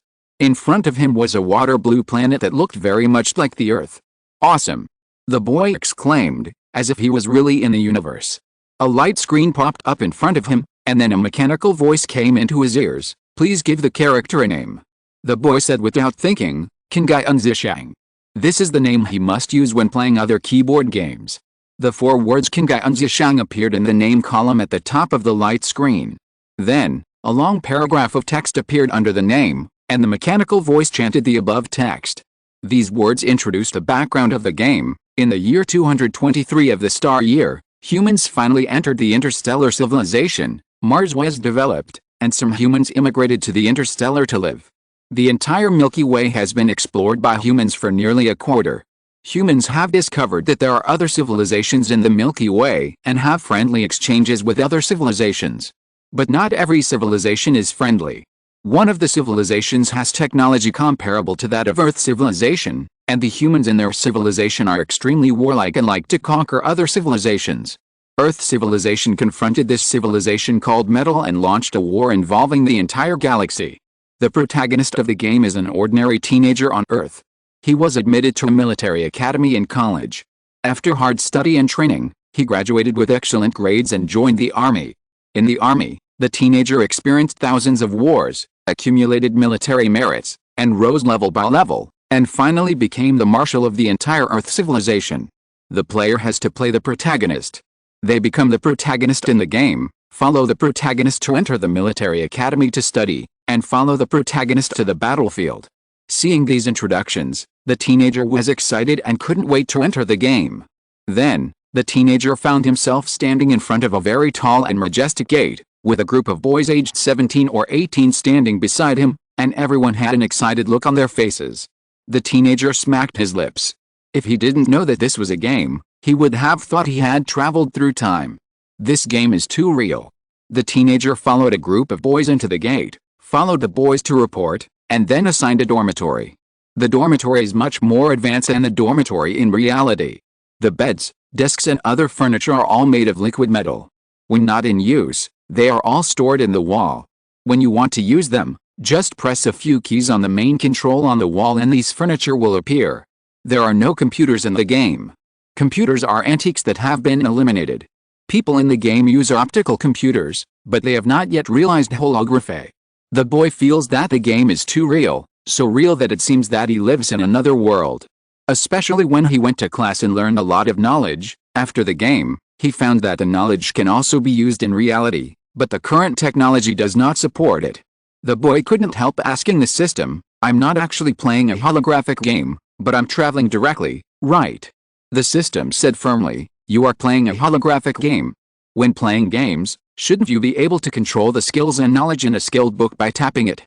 Why can players only study in class in this game? Because this game is to let players experience reality." The boy complained, "Going to the game every day is like studying in class, it's too boring." System, "Then you can give up playing this game." "I won't." The boy shook his head violently. He didn't want to give up. Although it was a bit boring to attend classes all day, the knowledge he learned was quite interesting. Moreover, in half a month, game time. The ratio of game time to real time is 6:1. The mecha class will be opened. By then, he will not only be able to touch the mecha but also be able to operate it. It is summer vacation now, and the boy's life is very regular. Under the arrangement of the system, he gets up every morning to exercise, eats breakfast, and then goes home to study for 4 hours. The boy has already self-studied all the high school courses, and now he is reviewing the high school content while learning some university knowledge. He cooks for himself at noon, takes a nap after eating, and then starts to practice internal skills, cooks dinner and eats dinner, and then studies for a while, not learning the knowledge in the textbook, but learning some other skills, and then enters the holographic game world to study and have fun, and goes to bed before 11 o'clock. Chapter 122 Modern Bastard VI. Over the summer vacation, the boy has undergone earth-shaking changes. He has grown taller, his mental outlook has improved, and his skin has become better than that of girls, fair and tender. Even though the boy exercises every day and works out in the sun, he does not get tanned. The boy's facial features are like his biological mother. His mother is a beauty, so he naturally looks very good. In the past, his gloomy temperament and the haircut and hairdressing lowered his appearance. Now that he has changed his image, his temperament is completely different. The boy's facial features are revealed, and he immediately looks like a handsome guy. When he walks out of the door, many girls look at him openly or secretly. The appearance has changed a lot, and the inside is also huge. The boy now has a very good cooking skill. Although he is not as good as the chef of a 5-star hotel, if he opens a small restaurant, he can attract many repeat customers with his skills. The boy's internal strength has achieved some results. He has already practiced Taizu Changquan, and is now practicing the Bagua Yalong Palm newly taught by the system. Not to mention the boy's studies, he has learned all the advanced mathematics in college, and he is learning the knowledge of physical electronics. He has also learned hacker knowledge. The boy has not yet decided what to do in the future, so he has not determined what knowledge to focus on. He is now learning all knowledge. The boy has also learned the knowledge in holographic games very well. If he releases his own breath, others will think he is a soldier. The boy has also learned skills such as calligraphy and violin. When the boy occasionally goes to the park to practice violin, he always attracts countless people to listen. Some people also recorded the picture of him playing the violin and put it on the internet, which attracted many people who like to lick the screen, and some people who know musical instruments to praise him. In terms of morality and habits, the boy has changed a lot. He is essentially a good child, but no one teaches him well, and the disappointment in his father will lead to the degeneration and infection of those bad habits. Now with the system constraints, the boy has completely corrected it. School started, and the boy was promoted to the 3rd year of high school. In the 2nd year of high school, the class was divided into arts and sciences, and the boy randomly clicked and entered the arts class. When the boy entered the classroom with his school bag on his back, the originally messy classroom immediately became quiet. Everyone's eyes were focused on the boy. The female classmates were full of stars and cried in their hearts, "So handsome, so handsome. He is more handsome than the school's schoolboy. I really want to meet him." The male classmates were jealous and confused. "Who is this guy? Is he a new transfer student?" The boy walked to his seat in the last row and sat down. He took out a book introducing world-famous mathematical conjectures and started reading. Everyone's eyes widened when they saw where he was sitting. "Is that Su Qingni's seat?" Su Qingni is very famous in the school. The words scumbag and school bully are not enough to represent Su Qingni. Although he has never bullied students in the school, his reputation outside has spread into the school, making students afraid of Su Qingni and treating him as a big devil. Now, The new guy is actually sitting in the position of the big devil. Doesn't he want to live? The female classmate, who was tempted by the high appearance, stepped forward and reminded the boy in a low voice, "This classmate, you can't take this seat." "Oh, why can't I do it?" The boy raised his head and asked in confusion. He looked at the female classmate with a pair of misty and clear eyes. His eyes were peach blossom eyes, and he was naturally affectionate.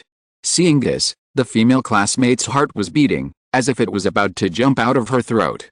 The female classmate blushed and stuttered, This seat, belongs to the big devil. You took his seat, the big devil will deal with you." The boy raised his eyebrows, "Big devil? Who is it?" The female classmate replied, "Su Qingni, the big devil is called Su Qingni." The boy laughed, "I am Su Qingni." Boom! What a big thunder! It exploded on the heads of the whole class, and everyone was stunned. What did this man say? He said he was Su Qingni, the big devil that everyone feared? Oh my god! How could he be Su Qingni? Is Su Qingni so good looking? Why did Su Qingni change his look? This look is simply amazing. Should the school's most handsome boy be replaced? The classmates were stunned for a long time before they accepted the fact that such a super handsome guy was actually a big devil. Everyone had many questions and disbelief in their hearts. They wanted to discuss it, but they were afraid of Su Qingni. They all dared not say a word and were silent until the head teacher walked into the classroom. The old class teacher did not have much doubts about the quiet atmosphere in the classroom. After all, this situation often happened in the previous 2 years. Every time Su Qingni came to the classroom, the students did not dare to speak loudly. Su Qingni also came to school today, right? After all, it was the first day of school, and this person still had to come.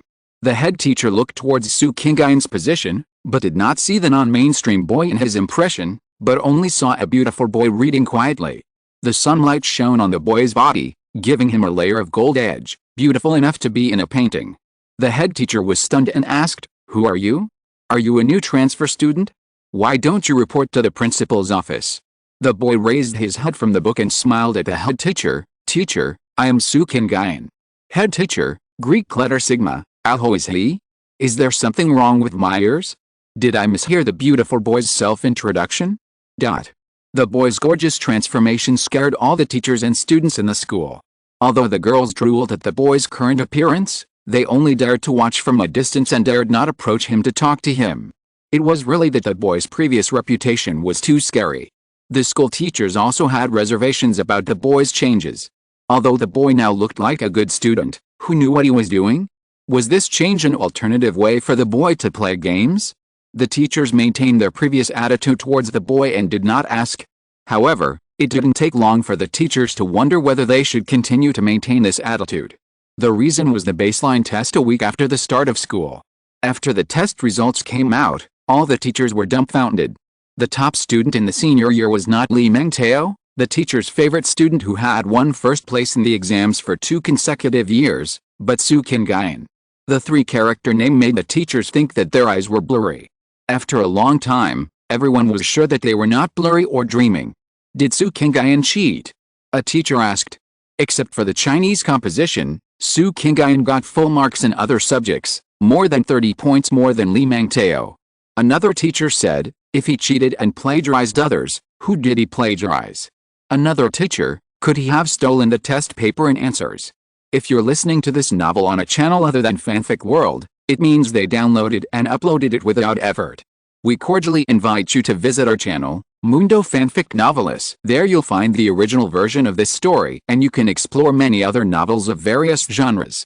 We're waiting for you to immerse yourself in a world of incredible novels.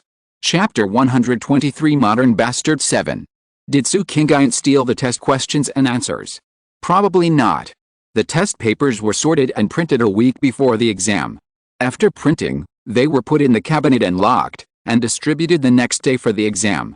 Su Qingni didn't have time to steal the test papers and answers. Then was there someone who was bribed by Su Qingni to sell the test questions and answers to Su Qingni? As soon as this sentence came out, all the teachers were unhappy. This was questioning their character. After a quarrel, the question of whether Su Qingni cheated was put aside by everyone. Now it is just the first exam after the start of school. There are still many exams to come. Let's see how Su Qingni's test results will be in the future. Teachers will occasionally conduct random tests. If Su Qingni really cheated, he will definitely be exposed. After the ranking of the results was announced, the students also exploded. However, like the teachers, they suspected that Su Qingni cheated. The boys despised Su Qingni in their hearts, and the girls did not despise Su Qingni as much as the boys because of Su Qingni's high appearance. In the following days, Su Qingni began his daily routine of slapping people in the face. In the classroom exams, Su Qingni got full marks. In the monthly exams, he got first place. In the midterm exams, he got first place in the whole grade. All the teachers and students in the school finally understood that Su Qingni did not cheat, and that he got first place based on his own strength. The teachers were happy. With Su Qingni's grades, he would definitely be admitted to the best university. Maybe he would become the top student in the province or the city, bringing glory to their school. The students were still afraid of Su Qingni, but their attitudes were split. The men hated Su Qingni so much, while the girls knelt down to Su Qingni, but they were afraid of Su Qingni's previous reputation and did not dare to approach Su Qingni. The principal felt that Su Qingni's change must be told to Mr. Su. After all, Mr. Su was Su Qingni's father. He would definitely be happy to hear that his son was so successful, right? Maybe he would donate another teaching building or other facilities to the school? The principal did not have Su Guofu's phone number, but only the phone number of Su Guofu's assistant. Su Guofu's assistant was very surprised to hear the principal's story. Like all the teachers and students in the school, he did not believe Su Qingni's change and thought that the principal had lied to him in order to attract sponsorship. The principal sent the assistant the results of Su Qingni's recent exams and said, "Lies can be easily exposed. I am not that stupid. If Assistant Zhang does not believe it, you can come to the school to investigate directly." Only then did Assistant Zhang believe the principal's words. After hanging up the phone, Assistant Zhang stood up and walked towards Su Guofu's office. This should be considered good news, right? Even if Mr. Su did not have much father-son affection for Su Qingni was Mr. Su's blood after all. Mr. Su should still be happy that his son was successful. Assistant Zhang had just taken 2 steps when he heard a voice behind him calling MRS. "Su, Miss Su." Assistant Zhang paused and turned sideways in a hurry, and saw a middle-aged beautiful woman with a beautiful girl walking in. MRS. "Su, Miss Su." Assistant Zhang also called out. The beautiful middle-aged woman and the young girl smiled and nodded at Assistant Zhang, walked to the door of Su Guofu's office, and without knocking, they pushed the door open and walked in. Assistant Zhang looked at the closed door and returned to his seat. Forget it, Mr. Su should not be interested in knowing the news about Su Qingni. After getting first place in several exams, the teachers began to pay attention to Su Qingni. The math teacher was the first to find Su Qingni and asked Su Qingni to participate in the math competition. The English teacher also found Su Qingni. There are no physics and chemistry classes in the senior high school liberal arts class, otherwise Su Qingni would have scored full marks, and asked the teachers of the 2 subjects to find him. Su Qingni didn't want to agree to participate in the competition, but the system issued him a task, and he had to participate in 2 competitions. The 2 competitions were easy for Su Qingni. He won the first prize in the country in math and was selected to participate in the math winter camp. Su Qingni also won the championship in the English competition. This is really a piece of cake for him. You know, he not only knows English, but also French, Spanish, German, Latin, Italian, Japanese, Korean and other languages. He speaks every language as fluently as his mother tongue. Assistant Zhang created a folder on his mobile phone to record all the achievements Su Qingni has made in recent days. Seeing these achievements, Assistant Zhang really can connect the current Su Qingni with the former Su Qingni. The current Su Qingni is a child that makes his parents and family proud. If he has such a son, he will definitely bring him back and train him well. But Mr. Su. Assistant Zhang shook his head. Other people's family affairs have nothing to do with him. At the end of the winter camp, Su Qingni was selected as one of the 6 participating teams to represent the flower country in Imo. On the day he set off, Su Guofu's family had an accident. Su Guofu drove out with his wife and daughter to play, but they encountered a car accident. Su Guofu's wife was seriously injured in order to protect her daughter and died before she was sent to the hospital. Su Guofu's daughter, Su Qingni, was only slightly injured because of her mother's protection. However, Because of her mother's death, the little girl has been blaming herself, and she has developed problems in her heart and closed herself off. Su Guofu was exhausted while taking care of his daughter while recovering from his injuries. Assistant Zhang looked at Su Guofu's overwhelmed appearance and couldn't help but ask, Mr. Su, do you want to call Su Xiao back and let Su Xiao help you share some affairs? Su Xiao. Su Guofu was stunned for a while before he remembered that Assistant Zhang was talking about his illegitimate son. No, he will only cause me more trouble if he comes back. Su Guofu refused. Thinking of Su Qingni's gangster appearance, Su Guofu frowned. That son is really useless, and he doesn't want this son at all. But this man has his own blood, and he can't ignore him. Alice, there is still 1 year. When Su Qingni is 18 years old, his obligation to support him will be fulfilled. At that time, he will give him some money and he won't have to take care of him anymore. No, young Master Su has improved now and has become very good. Assistant Zhang said, young Master Su represented the flower country in the Emo some time ago and won the championship. Champion? What championship? What is Emo? It's not some messy competition, right? Is it a car race or an electronic game competition? Su Guofu was also surprised after hearing what Assistant Zhang said, but he didn't believe that Su Qingni could improve that much. The so-called competitions were just some fun competitions, right? Assistant Zhang hurriedly explained to Su Guofu, EMO is the International Mathematical Olympiad, the abbreviation of the International Mathematical Olympiad. Each country sends 6 contestants to participate in the competition. Young Master Su is one of the 6 representatives of the flower country this year and won the gold medal of EMO. Chapter 124 Modern Bastard 8. Su Guofu was a little confused for a moment. Was the Su Qingni that Assistant Zhang mentioned really his son, the good-for-nothing dandy in his impression? Su Guofu's expression was a little silly, which made Assistant Zhang laugh. Thinking about when he just learned the news, his expression must have been similar to Su Guofu's, right? Thinking of this, Assistant Zhang restrained his smile, unlocked his mobile phone, and searched the internet for news about this year's EMO. Coincidentally, each news item was accompanied by a photo of the gold medal winner, and Su Qingni's appearance was photographed very clearly. Assistant Zhang handed the phone to Su Guofu. Su Guofu took the phone in a daze, staring at the beautiful boy in the photo. The facial features were very similar, but the temperament was very different from the person in his memory.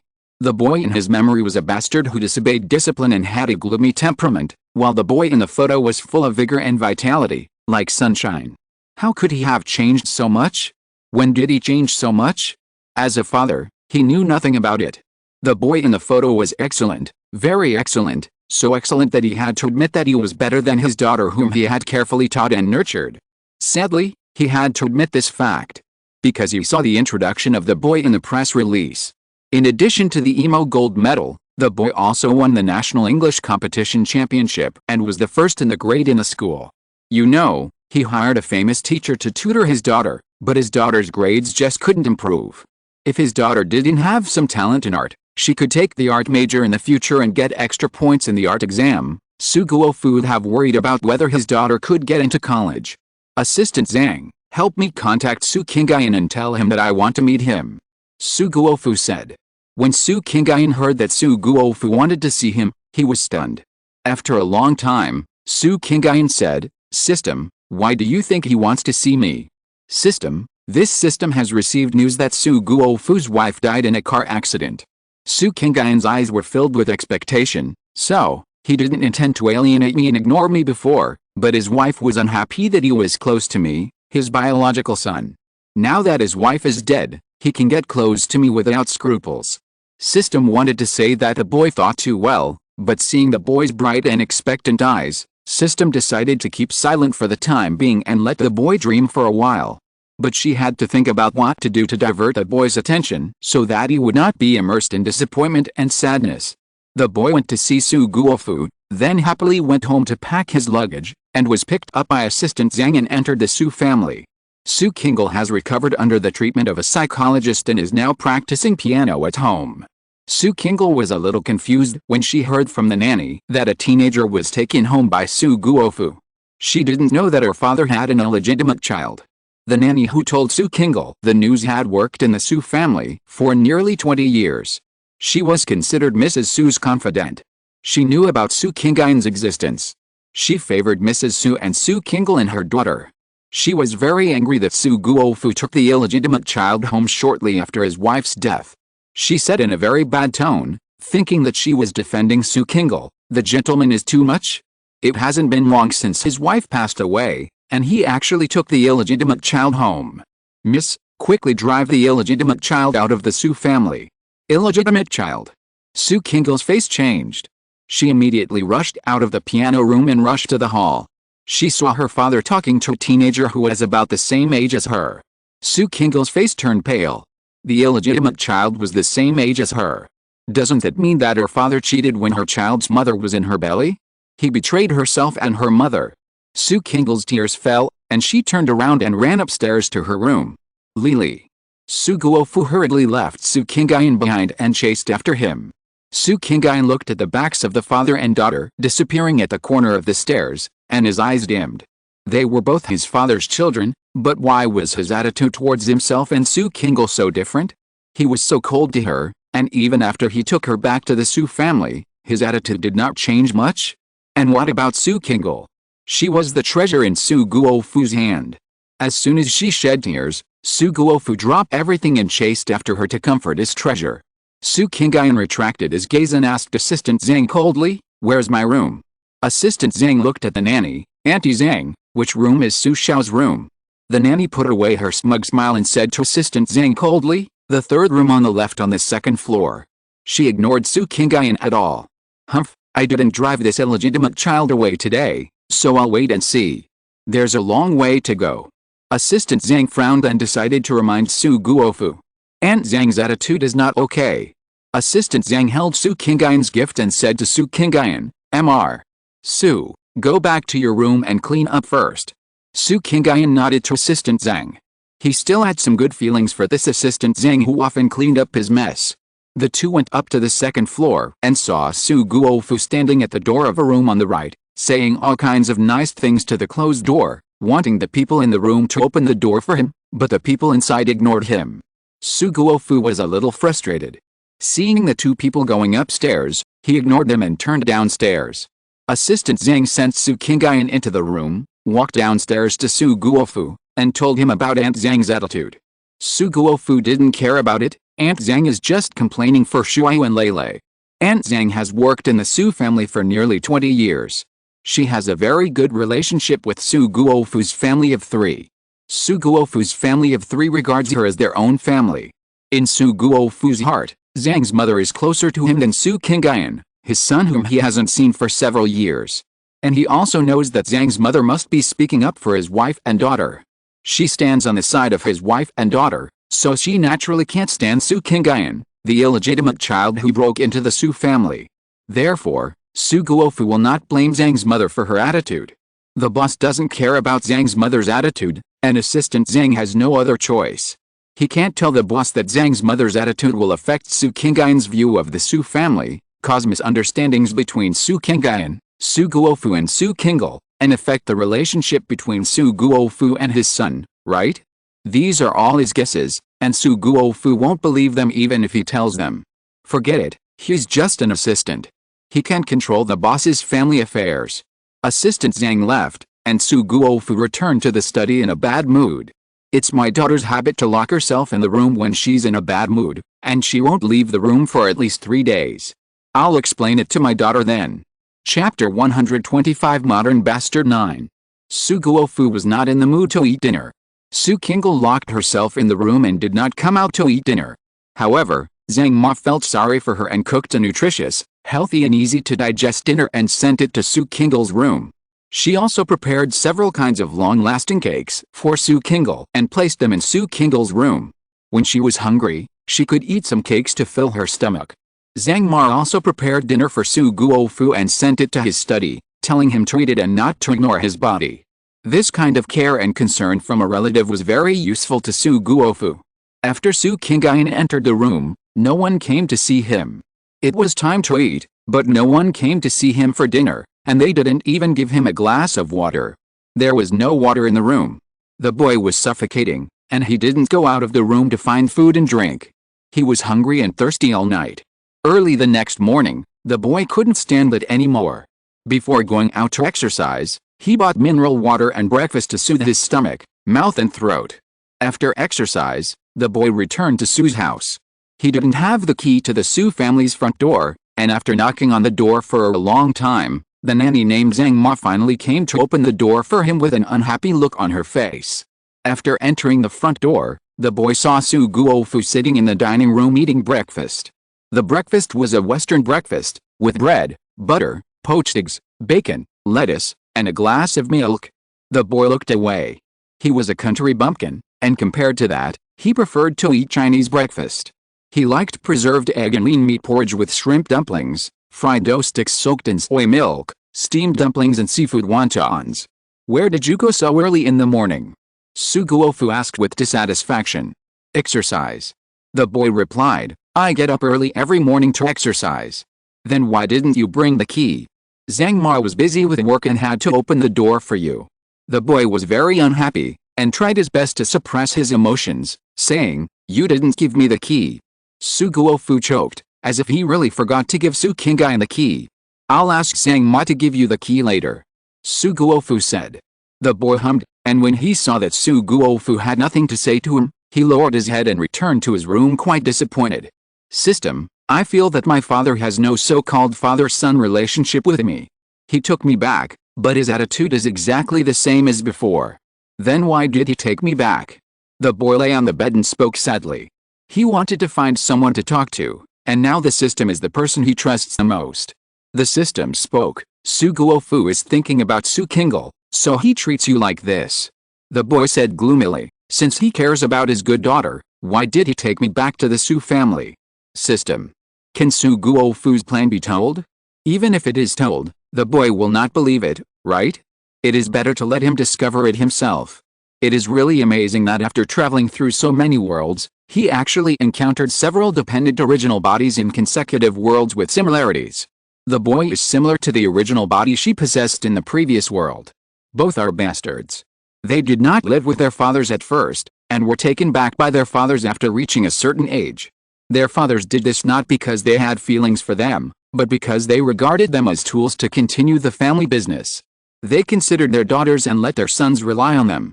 They gave their sincerity and love to their daughters, but they were very stingy with their feelings for their sons, not knowing that their sons were most looking forward to their fatherly love.